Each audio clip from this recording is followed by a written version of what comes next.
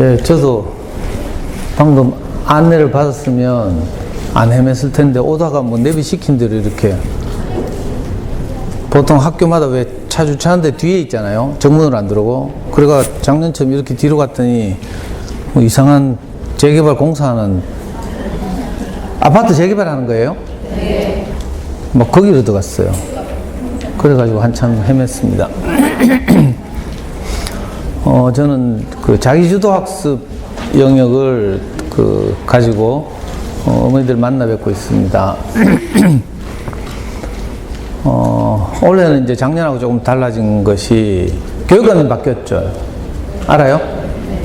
교육감님 바뀌어가지고 어머니들 고생하신다고 학부 연수를 대폭 줄였어요. 그래가지고 작년까지만 해도 저고학년으로 분리하고 각각 10번씩 하다가 어머니들 힘든다고 해서 저고학년 통합 5번, 각각 5번 이렇게 했죠. 그래서 10번씩 오셔야 되는데 원래부터는 6번만 하도록 되어 있습니다. 이 6번을 다시 이제 여러 영역으로 나누어서 이렇게 어머니들에게 도움이 되는 말씀 드릴 텐데, 오늘 첫날 아니죠? 첫날이에요? 그래서 이제 많이 왔구나. 그리고 자리 배치가 이렇게 횡으로 이렇게 되어 있어가지고 제가 이 시선을 이렇게 돌리기가 어렵네요. 작년에 오셨던 분 손 들어봐요.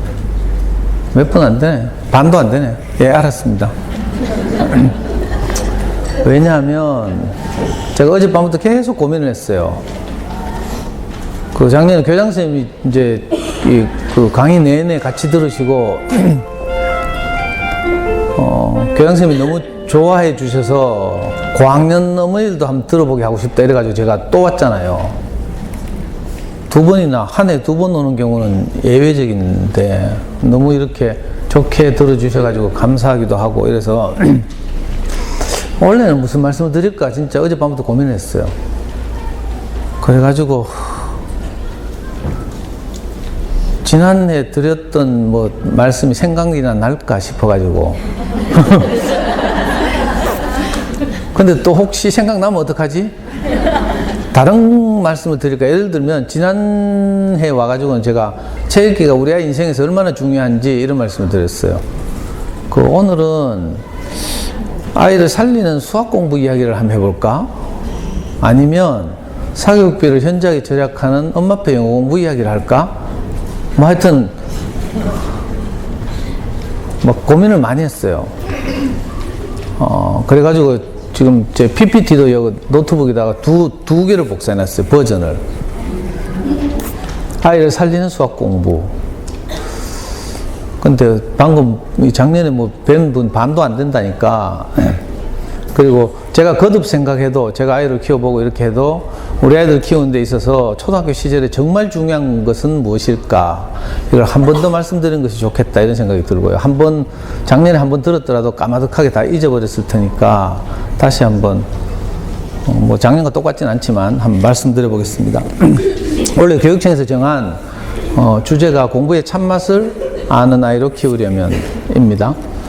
저는 이제 제목이 솔직히 말씀드리면 제목이 감당이 안 돼요. 공부의 참맛을 왜 알게 하지? 저도 불가능한데. 그렇다고 해서 뭐 우리 애가 영 농띠냐 그것도 아니거든요. 우리 애는 그래도 명식이 작년에 말씀드렸죠. 적어도 공신 소리 듣고 있는 애인데 그래도 공부의 참맛 몰라요. 그래서 제목이 너무 좀 우리에게 부담이 된다 이런 생각이 들고요. 부담이 될 뿐만 아니라 범위도 너무 넓죠. 그래서 다시 이 작은 주제들이 4가지 있어요. 그 중에 제가 4번째 주제 사교육 제로 학력 쑥쑥 노하우, 이것도 교육청에서 정한 제목이에요. 제가 정한 거 아니에요. 이것도 좀 어렵죠. 어떻게 사교육 없이 아이를 키울 수 있을까? 사실은 거의 불가능한 일인데 이제 이렇게 제목을 정한 그 마음을 헤아려서 꼭 사교육을 전혀 받지 말고 아이를 키우자 이런 게 아니라 가능하면 지나치게 사교육에 의존하지 않고 우리 아이를 자기주도적으로 잘 자라도록 했으면 좋겠다 이런 취지로 이제 한번 들어주셨으면 좋겠습니다. 거듭 말씀드리지만 저는 교직에 오래 있었던 뭐 교장선생님 출신도 아니고요. 또 대학원에 가서 뭐 상담이나 심리나 뭐 감정 코칭이나 교육학이나 뭐 이런 걸 전공하고 학위를 받은 적도 없고요. 이 좀 B급 언어를 사용하자면 야매예요, 야매. 어쩌다 보니까 그래도 대구시 교육청에서 제일 많이 불려다니는 강사가 됐잖아요. 그래서 송구스럽기도 하고요. 죄송하기도 하고 이랬습니다. 어쩌다 이렇게 풀렸는지 저도 모르겠지만 인사드리겠습니다.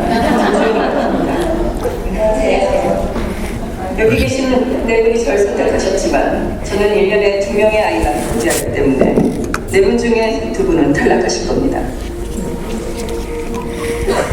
어머니, 저를 믿으셔야 합니다. 저를 믿는다는 건 어떤 상황이 오든 두려워하지 않고 반드시 최고의 결과를 보리라 기대하시는 겁니다. 네, 선생님, 믿고요. 다시 한번 말씀드립니다. 예서의 성적은 전적으로 저한테 맡기시고 어머니 그저 예서의 건강만 신경 써주십시오. 이 드라마 대부분 다 보셨죠? 어떤 경우에도 어머니들은 저를 믿으셔야 합니다. 왜냐하면 어떤 상황이 오더라도 우리 아이들이 물려받은 그 재능을 최대한 잘 발휘할 수 있도록 도울 수 있기 때문에 그렇습니다. 그 자녀들의 성적은 제게 맡기시고 우리 어머니들은 아이들 건강만 신경 쓰시면 됩니다. 저는 그 이론적인 이야기 다 집어치우고요. 그 우리 아이가 4살, 지금 저는 아들이 하나 있습니다. 이 아들이 원래 29이 되었는데, 우리 아이가 4살쯤 되었을 때예요. 우리 와이프, 그때 이제 신혼초니까 단칼새빵 살았는데, 우리 와이프가 이제 어디서 촌스러운 브로마이드 2장을 구해다가 벽에 붙여놓고 아이 보고 따라 하라는 거예요. 그 브로마이드 보니까 기린 그림이 그려져 있어요. 한글로 기린이라고 써있고, 갈로 열고 지라프라고 되어 있고, 한글로. 그리고 또 영어 스펠, 뭐 G 어쩌고 저쩌고. 또 코끼리를 그려놓고 코끼리, 그 다음 한글로 또 엘리펀트, 갈로 열고 E 어쩌고 저쩌고 이렇게. 그걸 따라 하라는 거야. 제가 딱 봐도 저건 아니다 싶더라고. 그래서 속이 천불이 나가지고요. 제가 우리 와이프한테 용기를 내가지고 그렇게 제안을 했어요. 여보, 애 공부는 내가 시킬게. 하면서. 당신은 먹이고 입히고 재우고만 해라. 하면서. 벌써 그때 저는 김중쌤 수준이었죠. 그래가지고 진짜 4살 때 아이를 제가 뺏었어요. 그래가지고 제가 지금까지 키웠잖아요. 이 과정이 이제 알려져가지고 하여튼 제가 이렇게 어머니들 만나서 제 경험을 함께 나누고 이렇게 하고, 뭐 제 경험이 다 옳다는 건 아니고요. 그 경험 중에서 실패한 것도 있고 또 좀 도움이 된 것도 있고 이러니까 어머니들이 취사 선택해서 잘 들어주셨으면 좋겠습니다. 4살 때 왜 그렇게 내가 답답해가지고 아이를 뺏어서 내가 키우겠다고 했는가. 나중에 이제 그때는 제가 영문을 몰랐거든요. 나중에 돌이켜 생각하니까, 아, 내가 너무 아쉬워서 그랬구나, 이런 생각이 들었어요. 제 인생이 너무 아쉬워서. 왜냐하면 저는 한 번도 공부할 기회를 얻지 못했거든요. 왜냐하면 아버지가 이제 제 초등학교 1학년 때 어느 봄날에 돌아가셨어요. 폐병 환자였는데, 요즘은 뭐 폐결핵 병도 아닌데, 그죠? 그 당시에는 약이 안 들어가지고, 지금 대구의료원이죠. 시립병원에 오랫동안 이제 입원해 계시다가, 약에 내성이 생겨서 병에 차도가 없어가지고 병원에서 나가라 했어요. 그래서 이제 나오셔가지고 집에서 이제 맨날 요강에 피토하고 막 이렇게 사시다가 돌아가셨죠. 그게 제 초등학교 1학년 어느 봄날이에요. 형이 4학년, 동생이 6살이었거든요. 그래서 어머니가 이제 서명정 노동자로 일하면서 우리 삼형제를 키웠는데, 그것도 만만치 않아서 이제 제가 4학년쯤 되니까 엄마가 이제 공장에서 일감이 없다고 해고당하고 막 이랬어요. 그래서 또 다른 그 공장에 이렇게 기숙사로 들어가고 이렇게 하는 바람에 우리 삼형제는 친척집에 하나씩 보내줬죠. 그래서 저는 초등학교를 6군데 다녔어요. 엄마가 부동산 투기해서 전학 다닌 게 아니고 한 친척집에 오래 있을 수가 없어서 이렇게 저렇게 옮겨 다니고 이러다가 초등학교를 6군데를 다니다가 겨우 졸업했죠. 그리고 우리 삼형제는 아무도 중학교를 못 갔어요. 뭐 어떻게 하다 공장 다니다가 이제 검정고시에서 이제 형하고 저는 뭐 대학을 나왔고 동생은 대학을 못 나오고 이랬는데 저는 바쁠 때는 몰랐는데 우영부영 하다가 이제 대학 들어갔지 참. 대학 들어가가지고는요 공부해야 되잖아. 우리 어머니는요 저보고 사법시험 공부하라고 막 그 사법시험 교재들 사주고 막 이랬거든요. 근데 제가 대학 들어갔을 때는 80년대 초반이었어요. 전두환이 별 2개짜리가 어느 날 6개월 후에 별 3개 들이 또 6개월 후에 별 4개 달리 나오디만 대통령 하대요. 국민들이 뽑지도 못하고 막. 택시 운전사 영화 다 봤어요? 그때 소위 광주민주운동이 일어나기도 했고 제가 대학 들어가니까 그 택시 운전사에 나오는 독일 기자 있어요. 기자 이름 생각 안 나네. 그 기자가 그 광주 사건을 몰래 찍어가지고 국내 언론에 보도가 안 되니까 해외 언론에 보도를 했잖아요. 그걸 이렇게 몰래 들여다가 대학마다 크게 이제 확대해가지고 이제를 걸어가지고 그 광주민주운동 사진전을 대학마다 다 했어요.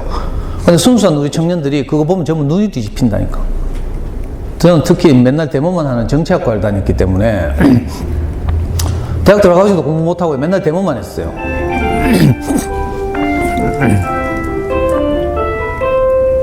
여러분들 지금 들으면 웃으시겠지만 그 당시에는 우리나라의 민주주의가 지금 위기인데 우리가 막 취직하려고 도서관에서 공부만 하면 되겠나 하면서 도서관에서 공부하는 후배들 다 끄집어내가지고 빠따 때리고 막 이래가지고 데모하러 나가고 막 이러던 시기예요.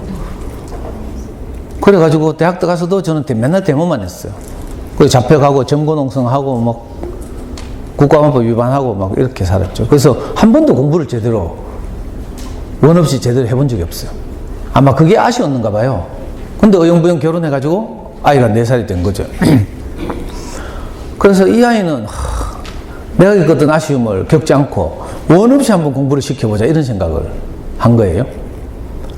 어머니들은 이제 형편은 다 저하고 다르지만 형편과 사정은 다르지만 마음은 비슷하죠.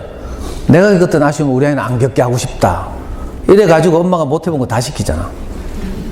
특히 피아노. 우아하게 피아노 막 치고 싶은데 이게 잘 안 됐죠. 그래가지고 온 대한민국 애들이 다 피아니스트 될 것도 아닌데 막 체르니 뭐 30분까지 하고 막. 근데 마음이 저하고 똑같아요. 내가 겪었던 아쉬움을 우리 소중한 아이는 겪게 하고 싶지 않다. 이래가지고 이제 저는 4살 딸을 뺏어 큰 소리 쳤는데, 근데 막상 와이프한테 큰 소리 쳤는데 책임을 져야 되잖아요. 근데 앞이 막막했어요. 왜냐하면 제가 양육받은 경험이 없으니까. 저는 그냥 진짜 슬럼가에서 양아치처럼 이렇게 그냥 내팽개쳐져서 정말 뭐 그렇게 자랐기 때문에 어떻게 아이를 키울 방법을 모르겠어요. 근데 우리 어머니들은 너무 쉽게 키우더라고. 우리 아이가 학교 교사라 가지고 일찍 출근해요. 그러면 제가 이제 아이를 놀이방하고 어린이집하고 유치원을 제가 보냈거든요. 노란 차 기다렸다가.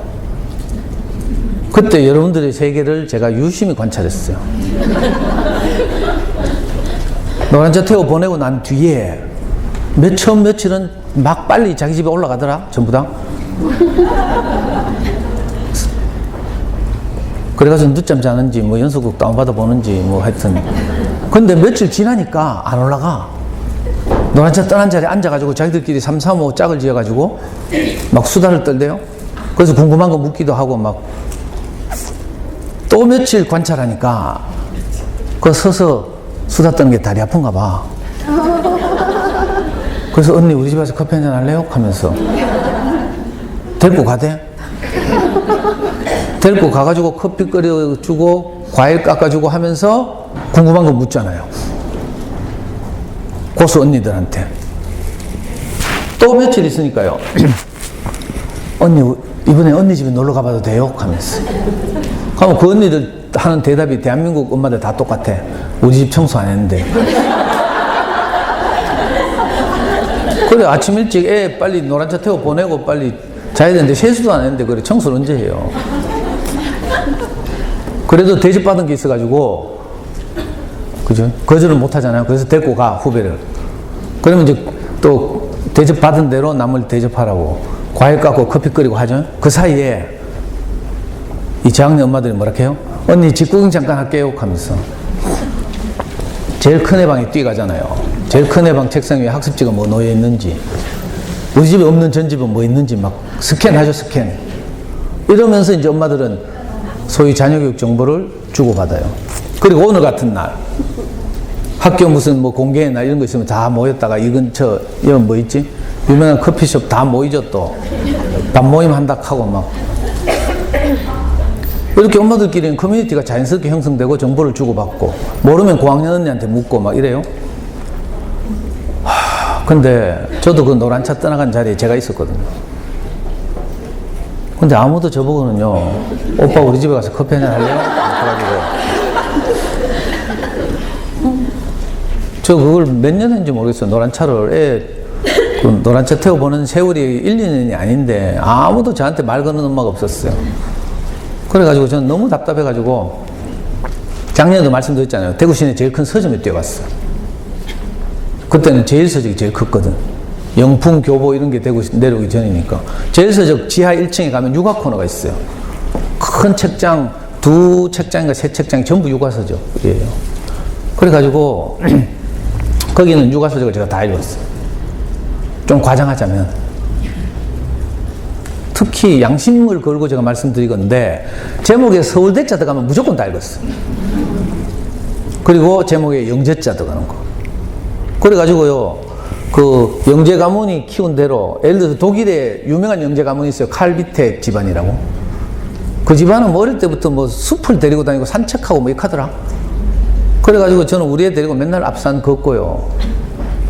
또 일본에 가면 또 시치다 마도코 여사라고 또 영재 전문가 있어요.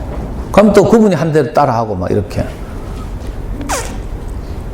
하여튼 그런 좀 속물적이긴 하지만 제 공부에 대한 아쉬움이 너무 커서 닥치는 대로 육아서적을 읽었어요. 그리고 해마다 그 당시 학력고사죠. 요즘은 수능이지만 학력고사 전국 수석 어머니의 수기하면서 우먼센스, 뭐 주부생활 이런 데 실린다니까.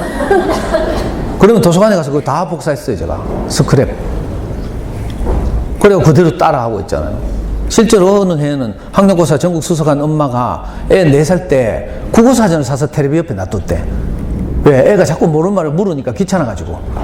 아예 어린이용 국어사전을 사서 TV 옆에 놔뒀대. 근데 그대로 했잖아요. 근데 우리는 사전 안 보더라고. 근데 신기하대요. 공통적으로 많은 육아서적들이 공통적으로 하는 말이 하나 있어요. 주장도 다르고 경험도 다르지만 공통적으로 하는 말이 뭔지 알아요? 우리 애가 공부를 잘하려면 책을 좋아해야 한대. 그걸 제가 그때 깨달았다니까. 아무도 안 가르쳐줬어요. 요즘 엄마들 같으면 뭐 좋은 브랜드의 학원에 보내야 되는데 이렇게 생각하겠죠. 그게 아니고, 근데 이거는요, 서양이고 동양이고 또 옛날이고 지금이고 똑같아. 조선시대에도요, 똑똑한 애들은 집에서 서당 가기 전에 뭐 했는 줄 알아요? 명심보감, 또 어린이용 동몽선습이라는 책이 있어요. 그리고 천자문 있죠. 사자소학 있죠. 이거 전부 어린이용 책이거든. 이런 거 미리 다 읽고 막 이렇게 했다. 그리고 서당 가면 1등 하는 거라고. 원리는 옛날에 지금이랑 똑같아요. 제가 그걸 깨달았잖아요. 그래가지고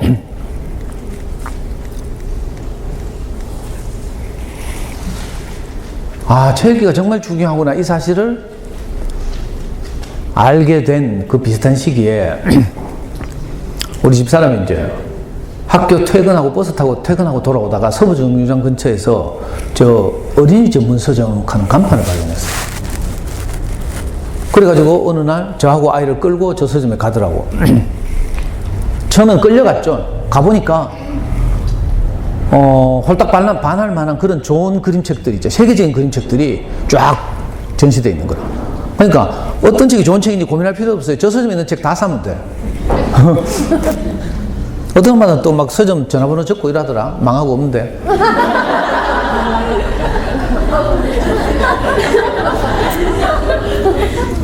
저런 어린 서점이요. 저 때는 전국에 80군데 있어요. 대구에는 5군데.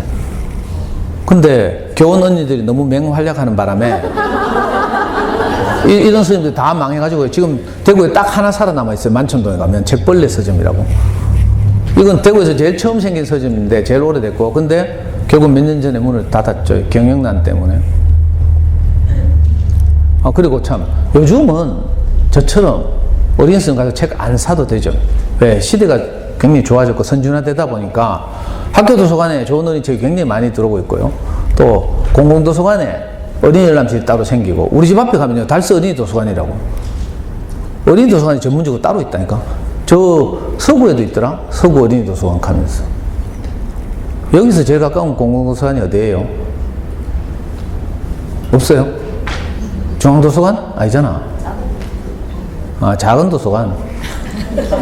네, 작은 도서관도 이제 아파트마다 또는 주민자치센터마다 장서 1000권 이상을 보유하면 정부에서 이제 작은 도서관이라는 명칭을 사용할 수 있고요. 예산을 1년에 뭐 몇백만 원씩 지원해가지고 좋은 어린이책을 살 수 있게 해요. 또 학교 도서관도 좋은 어린이책 많이 드리죠. 예산도 배정되고 사서 선생님도 있고. 그래서 요즘은 진짜 쉽게 돈 안 들이고 아이를 키울 수 있어요. 근데 저 때는 아직 그렇지 않았거든요. 공공도서관에 어린이 열람실이 따로 없고, 학교 도서관에는 정말 질 나쁜, 수준 낮은 그런 책 몇 권밖에 없고 이래가지고 도저히 뭐. 그래서 저는 4살 때부터 아이를 데리고 처음에는 와이프한테 끌려갔지만 너무 좋은 어린이책, 세계적인 주옥 같은 그림책들이 막 이렇게 있고 이래가지고 아이를 키우는 과정에서 일주일에 한 번씩 저 서점을 다녔어요. 그걸 언제까지 했는가 하면 우리 아이 4살 때부터 중학교 2학년 때까지. 지나고 나니까 그게 무려 12년 세월이더라고.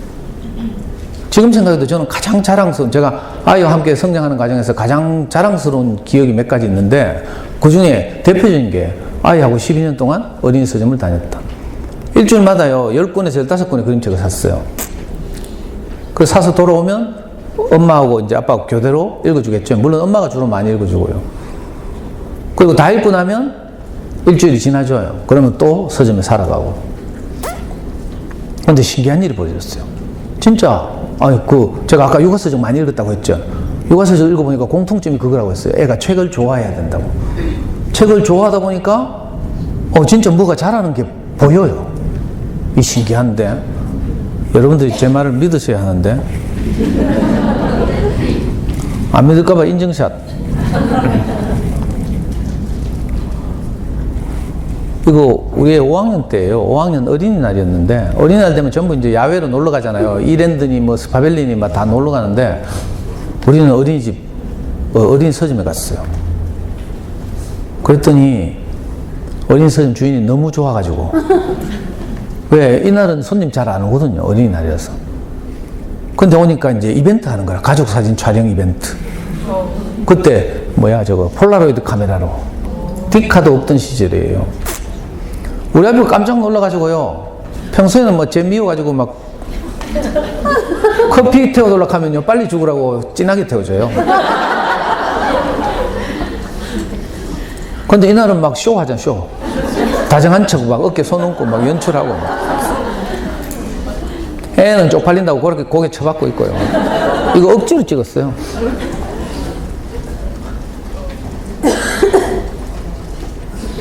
근데 물론 이제 우리 애도 막 어떤 때는 고학년 되고 사춘기 되니까 가기 싫어가 지랄하고 막 이럴 때 있었어요.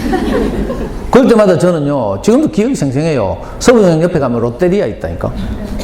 애들 롯데리아 데리고 가가지고 햄버거하고 콜라 사주고요. 뭐 콜라는 몸에 해롭다 하고 이빨 녹는다 하고 뭐 어떤 엄마들 이렇게 하더라. 저는 아직도 콜라를 그래 많이 마시는 미국 애들이 콜라 때문에 이빨 녹았다는 기사를 본 적이 없어요. 이빨 뽑아가지고 콜라에 담가 놓으면 녹을지 모르지만 사람의 살아있는 몸에 꽂혀있는 이빨이 녹겠어요? 어디서 그런 이상한 뭐 지식을 배워가지고 막 애 그래 마시고 싶어 하는데 그거 말리고 막. 저는 애 죽기나 말기나 막 콜라 막 뭐 패스트푸드는 건강에 해롭다 해서고 뭐 그런 거 신경 안 썼어요. 진짜로 애 기분 좋게 해가지고 또 어린이 선생님 데리고 가고 이렇게. 그걸 지금 지나고 나 생각하니까 중학교 2학년까지 했다니까. 잘했죠?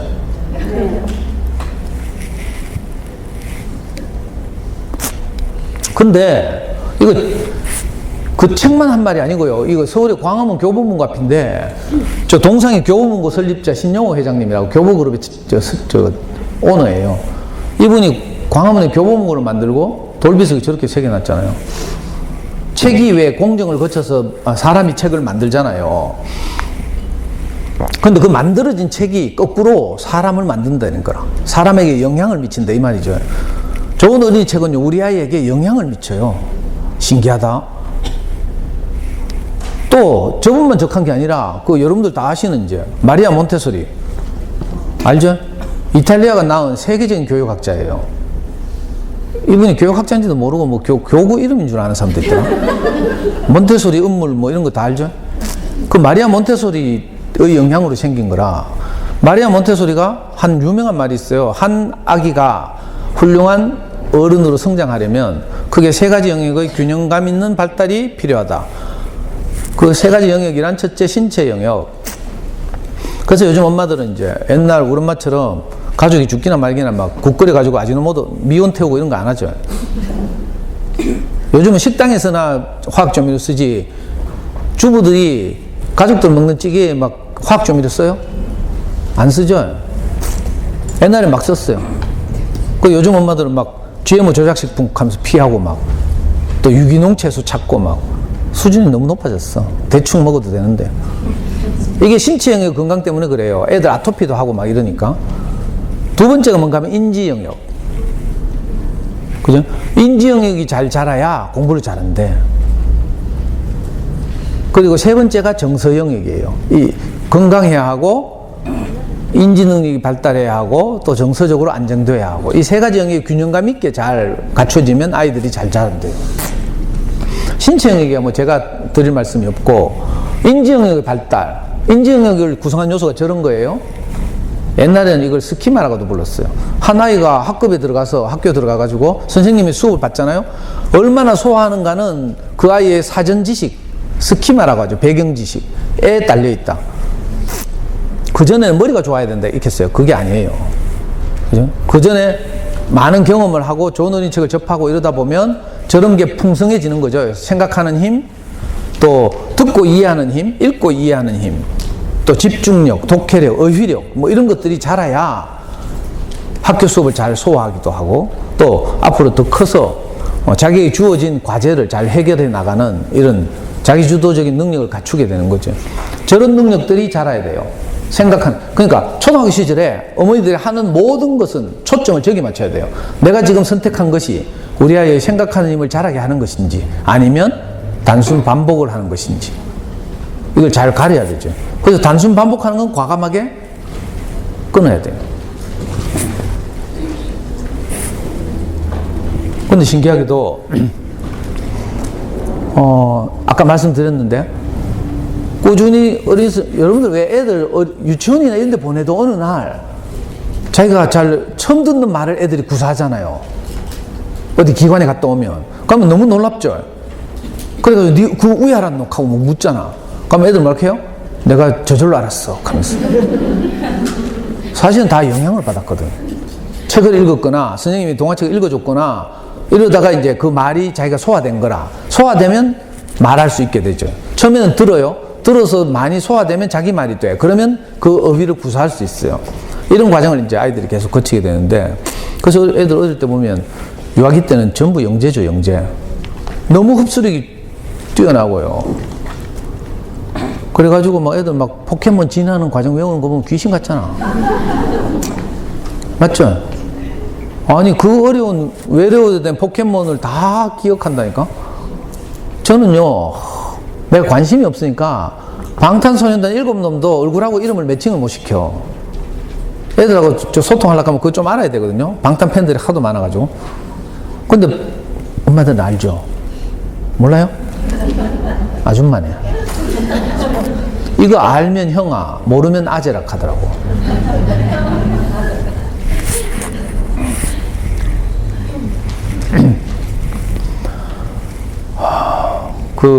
옛날에 우리나라 초대 문화부 장관 하신 진짜 천재적인 수필가 이어령 선생님이라고 있어요. 고등학교 교과서에 실리기도 하고 수필이.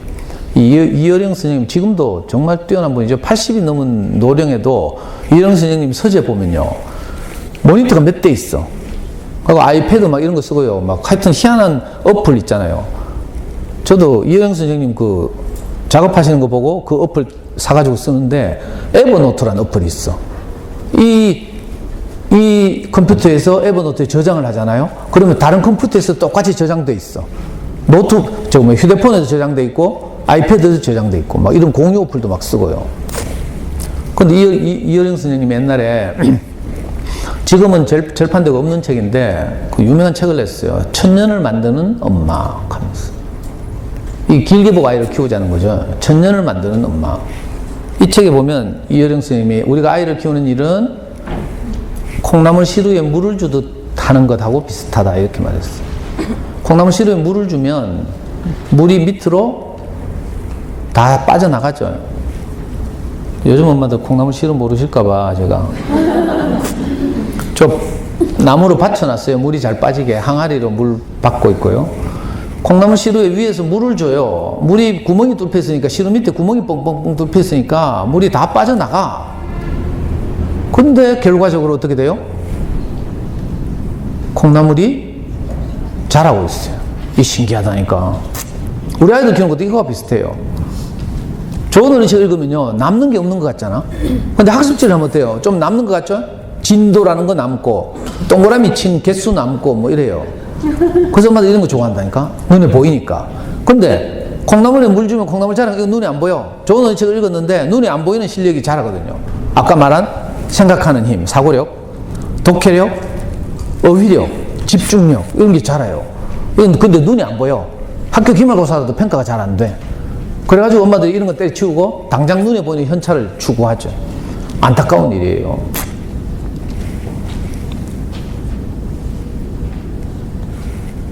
이 작년에도 보여드렸는데 그 아이하고 어린 선생님 다니다 보니까 늘 변화하고 발전하고 뭐 이상한 현상이 있어. 그래가지고 우리 집은요 학원 한 번도 안 다녔잖아. 제 말을 믿으셔야 합니다. 우리 애는요 28이 될 때까지 학원 한 번도 안 다녔어요. 근데 신기하게도 그렇다고 과외를 했냐? 그것도 아니고요. 근데 신기하게도 뭐가 잘하더라니까. 제가 거기에 대한 확신이 점점 생긴 거예요. 아이를 키울 때. 그래가지고 이걸 가지고 강의를 하고 이러다 보니까 뭐 알려져가지고 교육청에서 저를 불렀어요. 우리 아이 초등학교 6학년 때 에피소드 딱 하나만 말씀드리려고요. 그때도 교육감님이 갑자기 바뀌어가지고 그때 바뀐 교육감님이 가장 중요하게 생각한 것이 창의력이었어요. 그래서 제1회 대구광역시 창의력 경진대회라는 걸 했어요. 그리고 학교 대표를 한 명씩 뽑아 보내라 했다니까. 우리 애는 학급 3개밖에 없는 조그만 미니 학교를 다녀가지고 운 좋게 학교 대표가 됐어요. 그때 대구에 초등학교가 190개 있었어요. 190명이 대구교대에 모였어. 대구교대 교수님들이 출제하는 8문제를 해결하는 창의력 경진대회를 했어요. 그때 국어 2문제, 수학 2문제, 사회 2문제, 과학 2문제 이렇게 교도 교수님들이 출제하고 초등학교 6학년 아이들이 이 문제를 해결하는 거죠. 그때 대구에서 내노를 하는 영재들이 저 대회에 학교 대표 다 나왔잖아. 지금도 그런데 대구에서 제일 똑똑한 애들은요 5, 6학년 중에 제일 똑똑한 애들은 주로 경북대학교 영재교육원 있죠. 거기가 있다니까. 그 다음 똑똑한 애들이 교육청 영재해가지고 여기 무슨 교육청이죠? 여기 동부교육청이에요. 동부교육청에서 60명, 남부교육청에서 60명, 서부교육청 60명, 달성군교육청 20명 이렇게 200명을 뽑아가지고 약 0.몇 % 아이들을 일주일에 한 번씩 모여서 이렇게 영재 수업을 하죠. 영재교육법이 통과돼가지고. 우리 아이 때는 이제 교육청 영재는 없을 때고 주로 경북대학교 수학과학 영재들 이 학교 대표를 다 나왔을 때고. 근데 우리 애가 저 대회를 갔다 오더니 계속 교육청 홈페이지에 들락날락 하면서 발표를 기다리는 거라. 그래가지고 제가 걱정이 돼가지고요. 막 말렸어요. 기대하지 마라 하면서. 아빠는 니를 학원도 안 보내고 이렇게 책을 읽고 집에서 이렇게 자기주도적으로 키우는 이유가 뭔가 하면 지금 상 받고 1등 하자는 게 아니라 나중에 수능 칠 때 네가 전국 수석하면 되니까. 이건 웃자고 하는 소리고요. 아, 진짜 나중에 잘하면 되니까 지금은 상안 받아도 괜찮다 하면 상처받을까봐, 실망할까봐 걱정이 돼가지고. 여러분들도 그런 마음 있죠? 그래가지고 애들 어디 경시대에 내보내려고 하면 어떡해? 애 기죽을까봐 엄마가 기죽인다니까? 애 기죽을까봐 미리 막 돌리죠. 좋은 성과를 얻어야 되니까.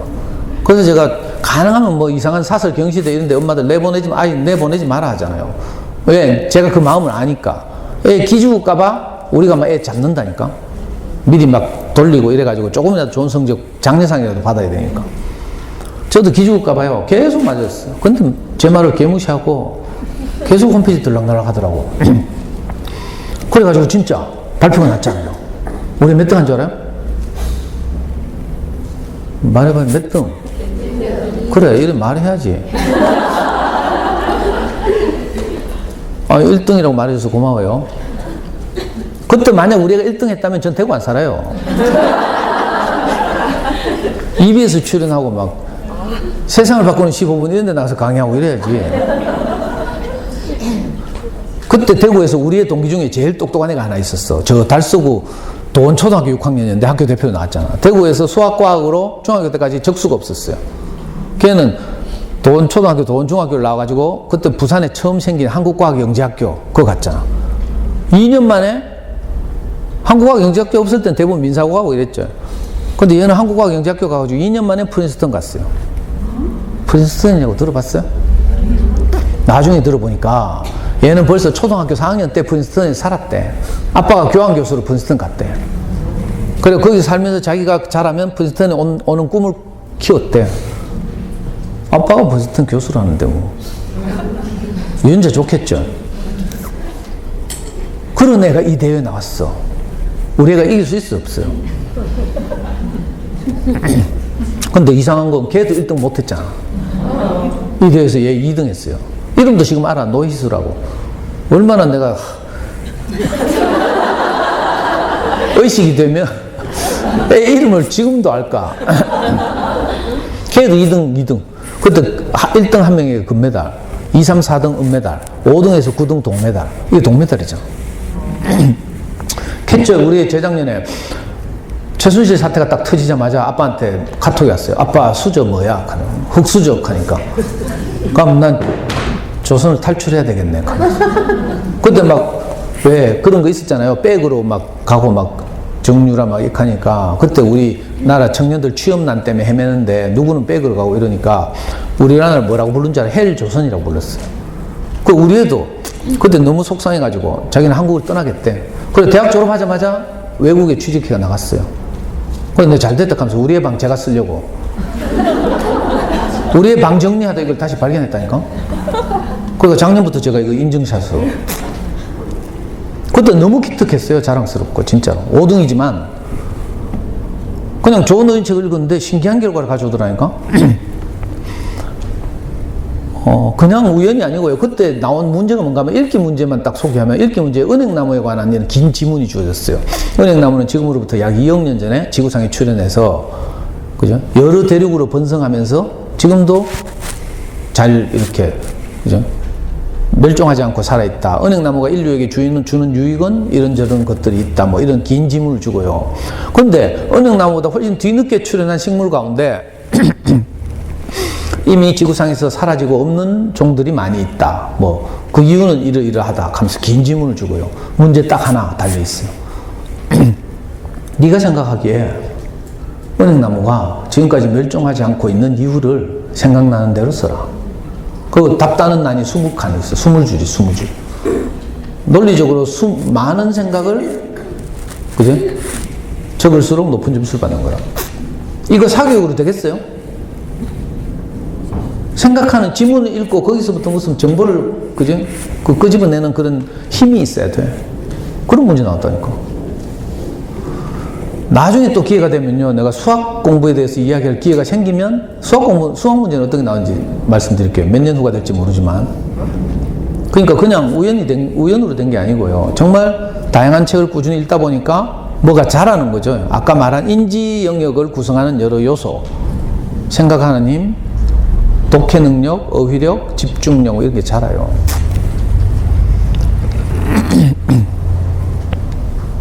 정식 선물을 내기 시작해요. 두 번째 그림에서 이 앞쪽에 있는 선수도 조금씩 따라잡고 있습니다.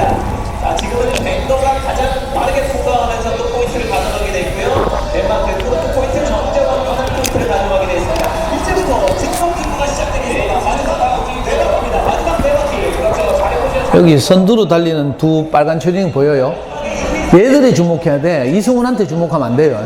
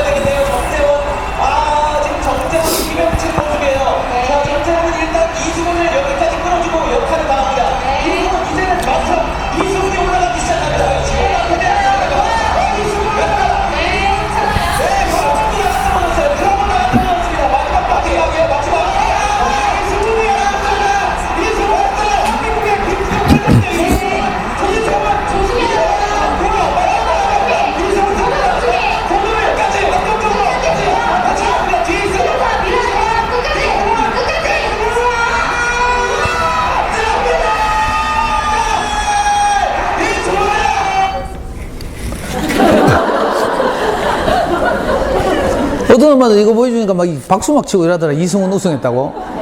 벌써 1년이나 지났는데 제가 이승훈 우승을 축하하자고 이걸 보여드리는 게 아니고, 반 바퀴 빨리 달리던, 이거 16바퀴인가 돌죠? 17바퀴인가 16바퀴 도는데 무려 12바퀴째까지 선두를 달리던 빨간 추링 둘이 있었어요. 걔들 보라고. 나중에 어떻게 됐어요? 이게 우리에게 주는 교훈이 있다니까. 동네마다 반 바퀴 먼저 달리는 옆에 애들이 꼭 있어. 어쩌면 여러분들일지 몰라요. 자녀에게 관심 있고 교육받으러 오고 이런 분들이 더 그렇죠. 근데 아이를 키우다 보면 우리가 원인을 알 수 없는 불안감에 짓눌리잖아. 그래서 어쩌든지 우리 애가 안 뒤쳐져야 될 건데 싶어가지고 막 반 바퀴 먼저 달린다니까. 옆집 옆에 내 반 바퀴 먼저 달리면 나는 어때요, 상태가? 그 집에 놀러 갔다 오면 어때요? 불안해요, 안 불안해요? 불안해가지고 또 애꿎은 우리 애 째려 보면서 또 막, 야, 옆집에는 뭐 하던데 니는 의외 생각 안 하고 하면서. 의외 생각 안 하고 하면서 의견 묻는 것 같은데 눈은 벌써 째려 보고 있어. 그럼 우리 애가 선택할 수 있어, 없어요? 엄마 시킨 대로 할게요, 하면서. 슬픈 일이에요, 사실은. 대부분 지금 초등학교 시절에 엄마들이 이렇게 아이를 키우고 있어요. 불안하니까 남들보다 조금이라도 더 빨리 달리면 우리 애가 혹시, 그죠? 살아남지 않을까 싶어가지고. 그 심정 저도 알아요. 저도 그랬으니까. 제가 어떻게 알겠어요? 저도 그랬으니까. 불안하니까.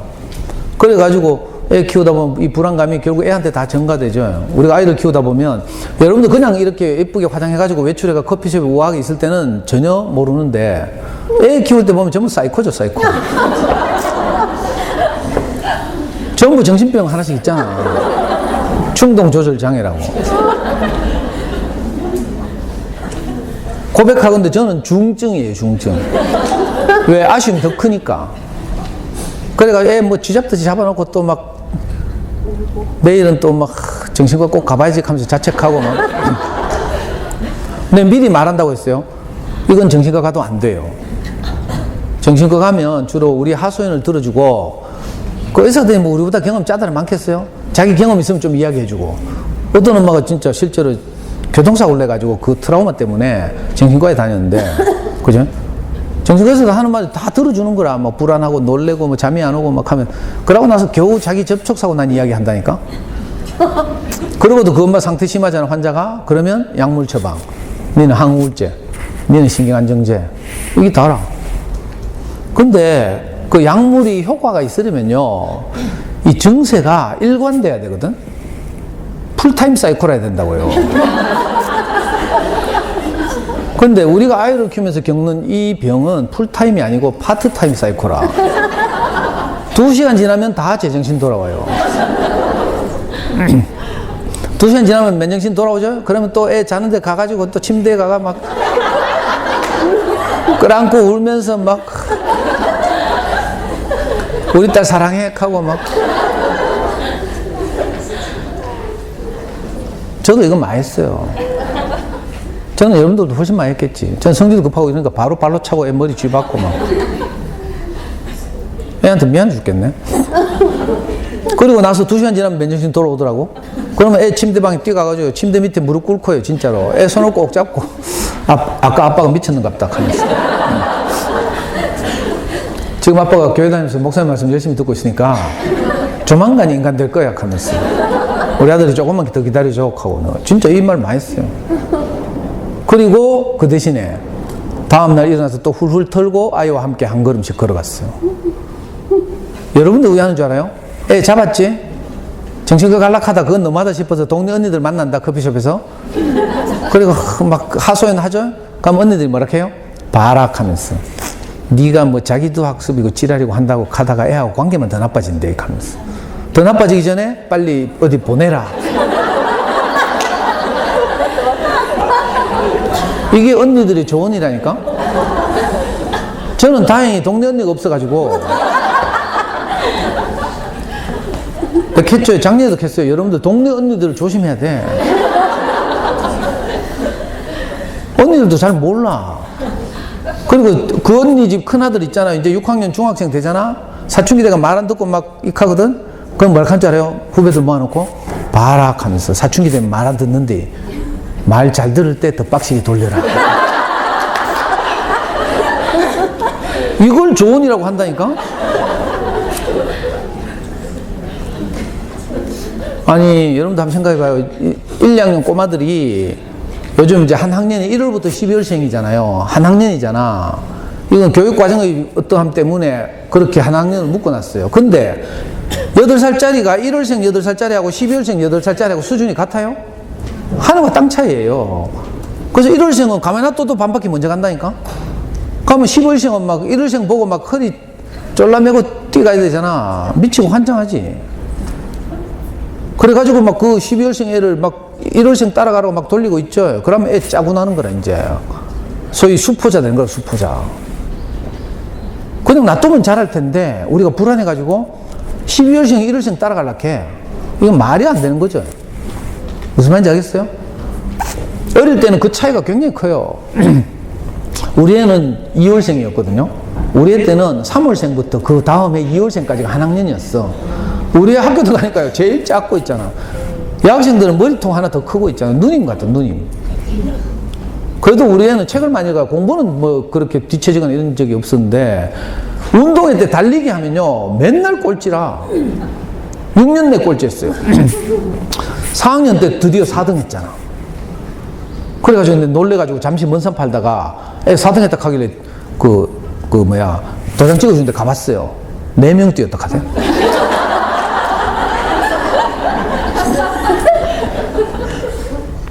또 한 애는요, 그 운동회 하면 애들 그 학교에서 신는 실내화, 하얀 실내화를 신고 뛰었거든.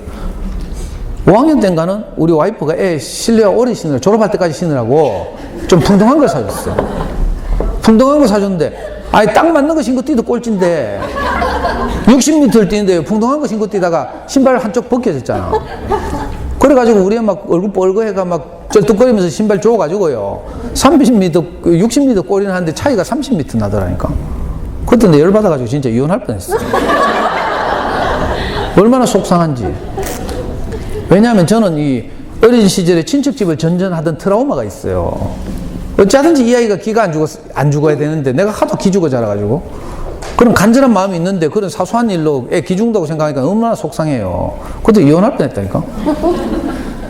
그래가지고 제가 애 운동회 때마다 솔직히 말하면 제가 6년 동안요 아빠 달리기 항상 제가 했어요. 진짜로. 저는 이제 주말마다 축구를 하거든. 수십 년을 축구를 했어요. 그러니까 제가 뭐 키가 크거나 달리기를 잘하는 스타일은 아닌데 꾸준히 운동을 했으니까 운동 안 하고 회사 생활하는 아빠들보다 훨씬 빠른 거라. 그래가지고 6년 동안 달리기 하면 제가 항상 1등 했어요. 그럼 비누 타가지고 애 반에 일부러 찾아가잖아. 애 기살리려고. 그걸 몇 년 하니까 그다음부터 애들이 다 알아. 쟤 뛰는 걸. 그러니까 막 우리 애 반에서 막 함성을 지른다니까, 제가 뛰면. 한 해는 위기가 찾아왔어요. 아빠들 4명이 뛰는데 줄을 섰어. 내 옆에 같은 이 4명이 출발선상에 섰는데 내 바로 옆에 아빠가요, 키가 내보다 훨씬 커.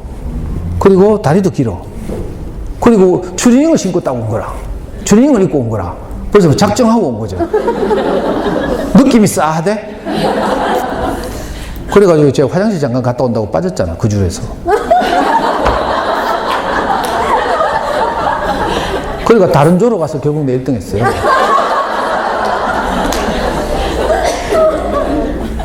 내가 우리 애 기 살리려고 그랬는데 있잖아요, 신기한 일이 벌어졌어요. 우리 애는 저기 앞산 밑에 있는, 여기서 쭉 가면 앞산 밑에 남명초등학교 나왔거든. 그리고 중학교는 대명중학교 나왔어요. 대명중학교 2학년 때, 중학교 때는 운동회랑 가고 체육대회를 하대. 체육대회를 하는데요, 2학년 체육대회를 하는데 우리 애가 반 계주 대표가 됐어요. 6학년 때까지 꼴찌하다가. 내가 너무 놀래가지고요, 애한테 가서 물어봤잖아. 니 우야서 이래 됐노? 하니까 우리 애 하는 말이, 몰라, 경도를 열심히 해서 그런가? 하면서.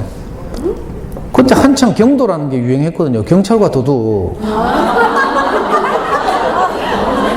뭐 세대 차이가 막 나네? 여러분들이 더 늙은 것 같고 제가 더 젊은 것 같아. 줄여서 말하니까 못 알아듣네. 아니, 경찰과 도둑놀이 그때 대유행이고 요즘도 애들 많이 하죠. 그 지 생각에는 경찰과 도둑놀이를 해서 그런가 이 하더라고. 근데 경찰과 도둑놀이를 어디 지 혼자 합니까? 반 애들 다 하는데? 무슨 말인가 하면요, 경찰과 도둑놀이를 해서 우리 애가 빨라진 게 아니고, 2월생이 그 전에 생들하고 갭이 어릴 때는 큰데 중학생쯤 되니까 그 갭이 다 줄어든 거라. 이제 없어진 거죠. 그렇다고 해서 우리 애가 달리기 굉장히 빠르고 이런 건 아니에요. 제가 드리고 싶은 말씀이 이거예요. 아이들은 고유의 메커니즘을 따라서 유전적으로, 어떤 애는 5학년 때 키가 확 크고요, 어떤 애는 중학교 2학년 때 확 크고요, 어떤 애는 고등학교 1학년 때 확 커요. 이게 달라. 자, 학습적인 영역도 똑같죠? 어떤 애는 국어단은 금방 외워. 1학년 때 학교 들어가기 전에 외우는 애도 있죠. 어떤 애는 3학년이 돼도 뭐 맨날 88에 63 하고 이런 애가 있어요. 우리 연구소에 진짜로 있어요. 이 차이가 크다니까. 근데 이걸 똑같이 맞추려고 막 쪼으면 어떻게 돼요? 고무줄 너무 당기면 어떻게 돼요? 끊어지잖아요. 우리 애들 그렇게 키우면 안 된다니까. 아이들이 가진 고유의 그 성장 과정이 있는데 그걸 무시하고 당기면 안 돼요. 그러면 조진다니까. 아이가 성장할 때까지 기다려주면 고유의 포텐이 터지는 날이 와. 포텐 안 터져도 할 수 없어요.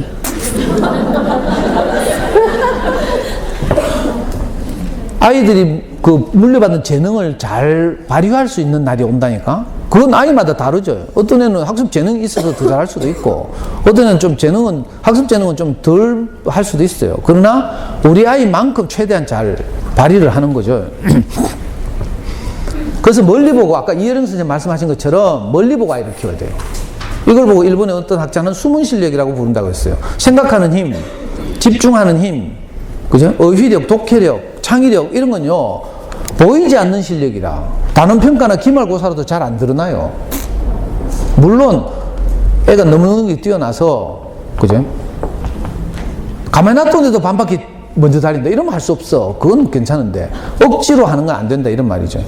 주머니 속에 송곳은 결국 뚫고 나오게 돼 있어요. 뛰어난 애들은 가만히 놔둬도 잘 이렇게 하게 돼 있다니까. 근데 이제 평범한 아이들을 억지로 반바퀴 먼저 달리는 아이들처럼 만들면 안 되는 거죠.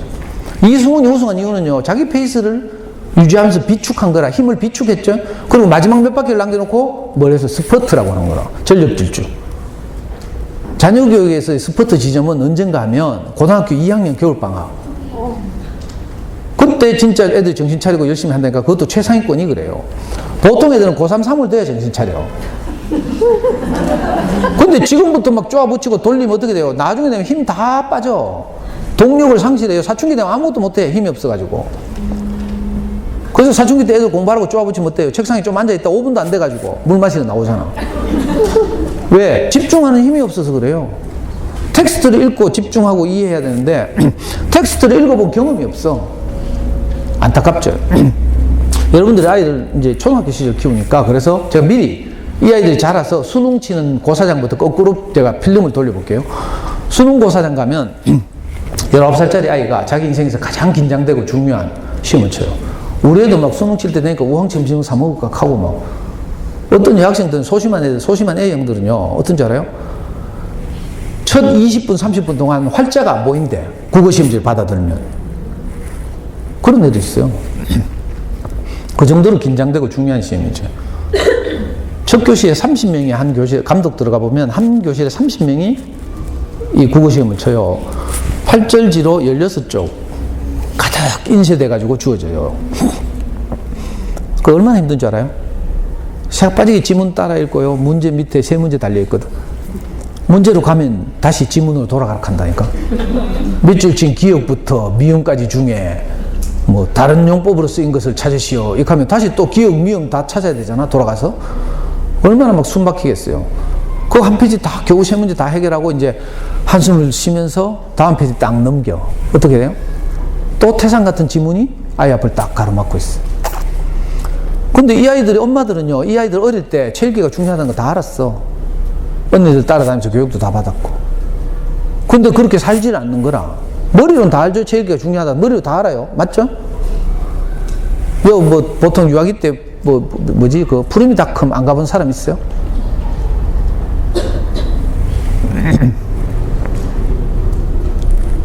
푸르미닷컴 이야기를 내가 해야 되나 말아야 되나 갈등 생겨.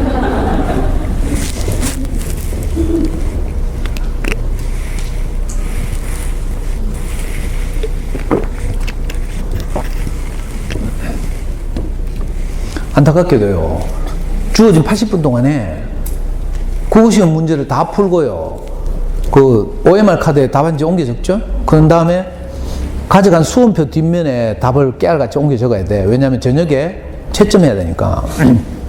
근데 그렇게 하는 애들이 없어요. 시간이 부족해가지고. 또 우리말로 돼서 이거 엎어놓고 잘 수도 없잖아. 제가 양심이 있지. 그리고 또 첫 교시기도 하고. 첫 교시 포기하면 다 조지니까. 그래서 끝까지 읽는다니까? 안타깝죠? 안타까워요. 읽는데도 보통 7, 8문제 남아. 지문으로 하면 2, 3개씩 남는다니까? 그럼 그때 막 찍잖아. 막 아무거나. 찍는 부분 또 다 배워가더라? 골라 찍지 말고 한 번으로 밀으라 하면서. 그래야 몇 개라도 맞다 하면서. 이거 슬픈 현실이에요. 그 엄마들이 어릴 때 책 읽기가 정말 중요하다 다 알았어. 근데 왜 키웠길래 고사장 가면 30명 중에 29명이 시간이 부족해. 이거 말도 안 돼요, 이거. 뭐가 크게 잘못됐어요. 이 아이들이 고등학교 1학년 때 딱 내려봐요. 여러분들 애들 고등학교 안 돼 보내보면 잘 모르는데 고등학교 1학년 딱 들어가는 순간 책 읽을 시간 없어요. 우리 애도 그랬어요. 우리는 정말 책을 좋아했는데도 고등학교 1학년 딱 되면요, 이제 좋은 대학 가야 되잖아. 입시체제로 돌입하는 거죠.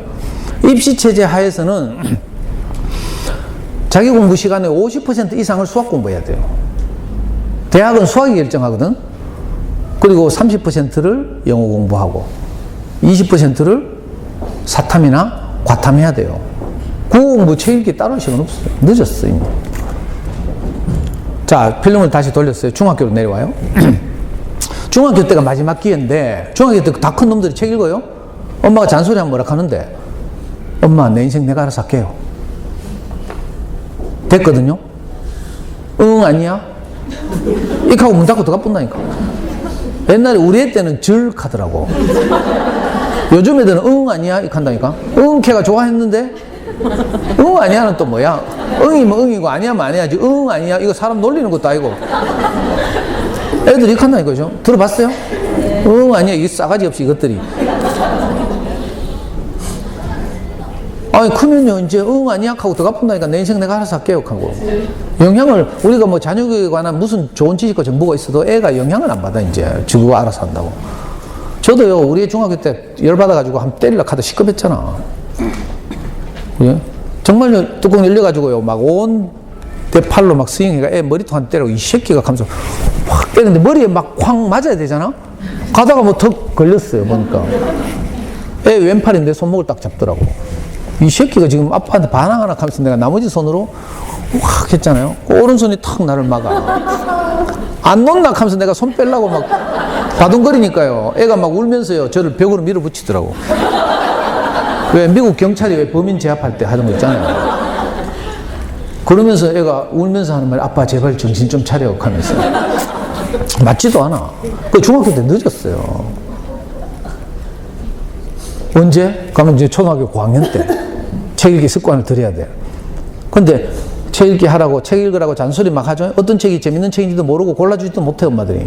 잔소리만 해. 그러면 애들이 막 책 읽는 흉내 내죠. 다 들고 있는 게 뭐 들고 있는지 알아요? Y 들고 있다니까. 학습 만화 다 들고 있어요. 학습 만화 왜 애들이 좋아하는 줄 알아요? 학습 만화는 편하거든. 그냥 읽기만 해도 내용 파악이 다 돼. 너무 친절하거든. 그 말풍선 있죠, 그림 있죠, 비속어 쓰죠, 막 이러면서. 학습 만화가 학습 만화를 권하지 않는 가장 큰 이유 첫 번째는 친절해서 그래요. 책은요, 불친절해야 돼. 불친절하면요, 저자의 의도 알아야죠. 띄어읽기 해야죠. 분위기나 배경, 감정 뭐 이런 거 알아야 되죠. 그죠? 행간의 숨은 뜻 찾아야 되죠. 자, 이러는 과정이 뭘 해요? 생각하는 힘을 자라게 하는 거라고. 그래서 책을 읽다 보면 내 경험과 부딪혀서 진도 안 나가고 왜 책 덮어놓고 회상에 빠지기도 하죠. 이게 생각하는 힘을 자라게 하는 거라고. 아이들이 그런 과정을 거쳐야 되는데 이 Y 같은 학습 만화들은 너무 친절해서 생각하는 힘이 전혀 안 자라.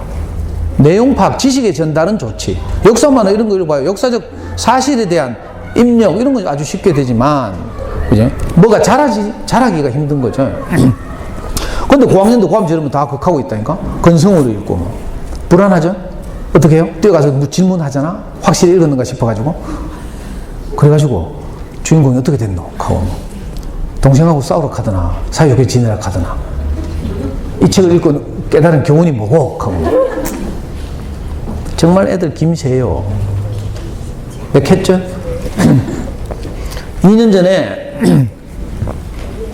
태양의 후예가 대유행할 때가 있었어요. 시청률 50%.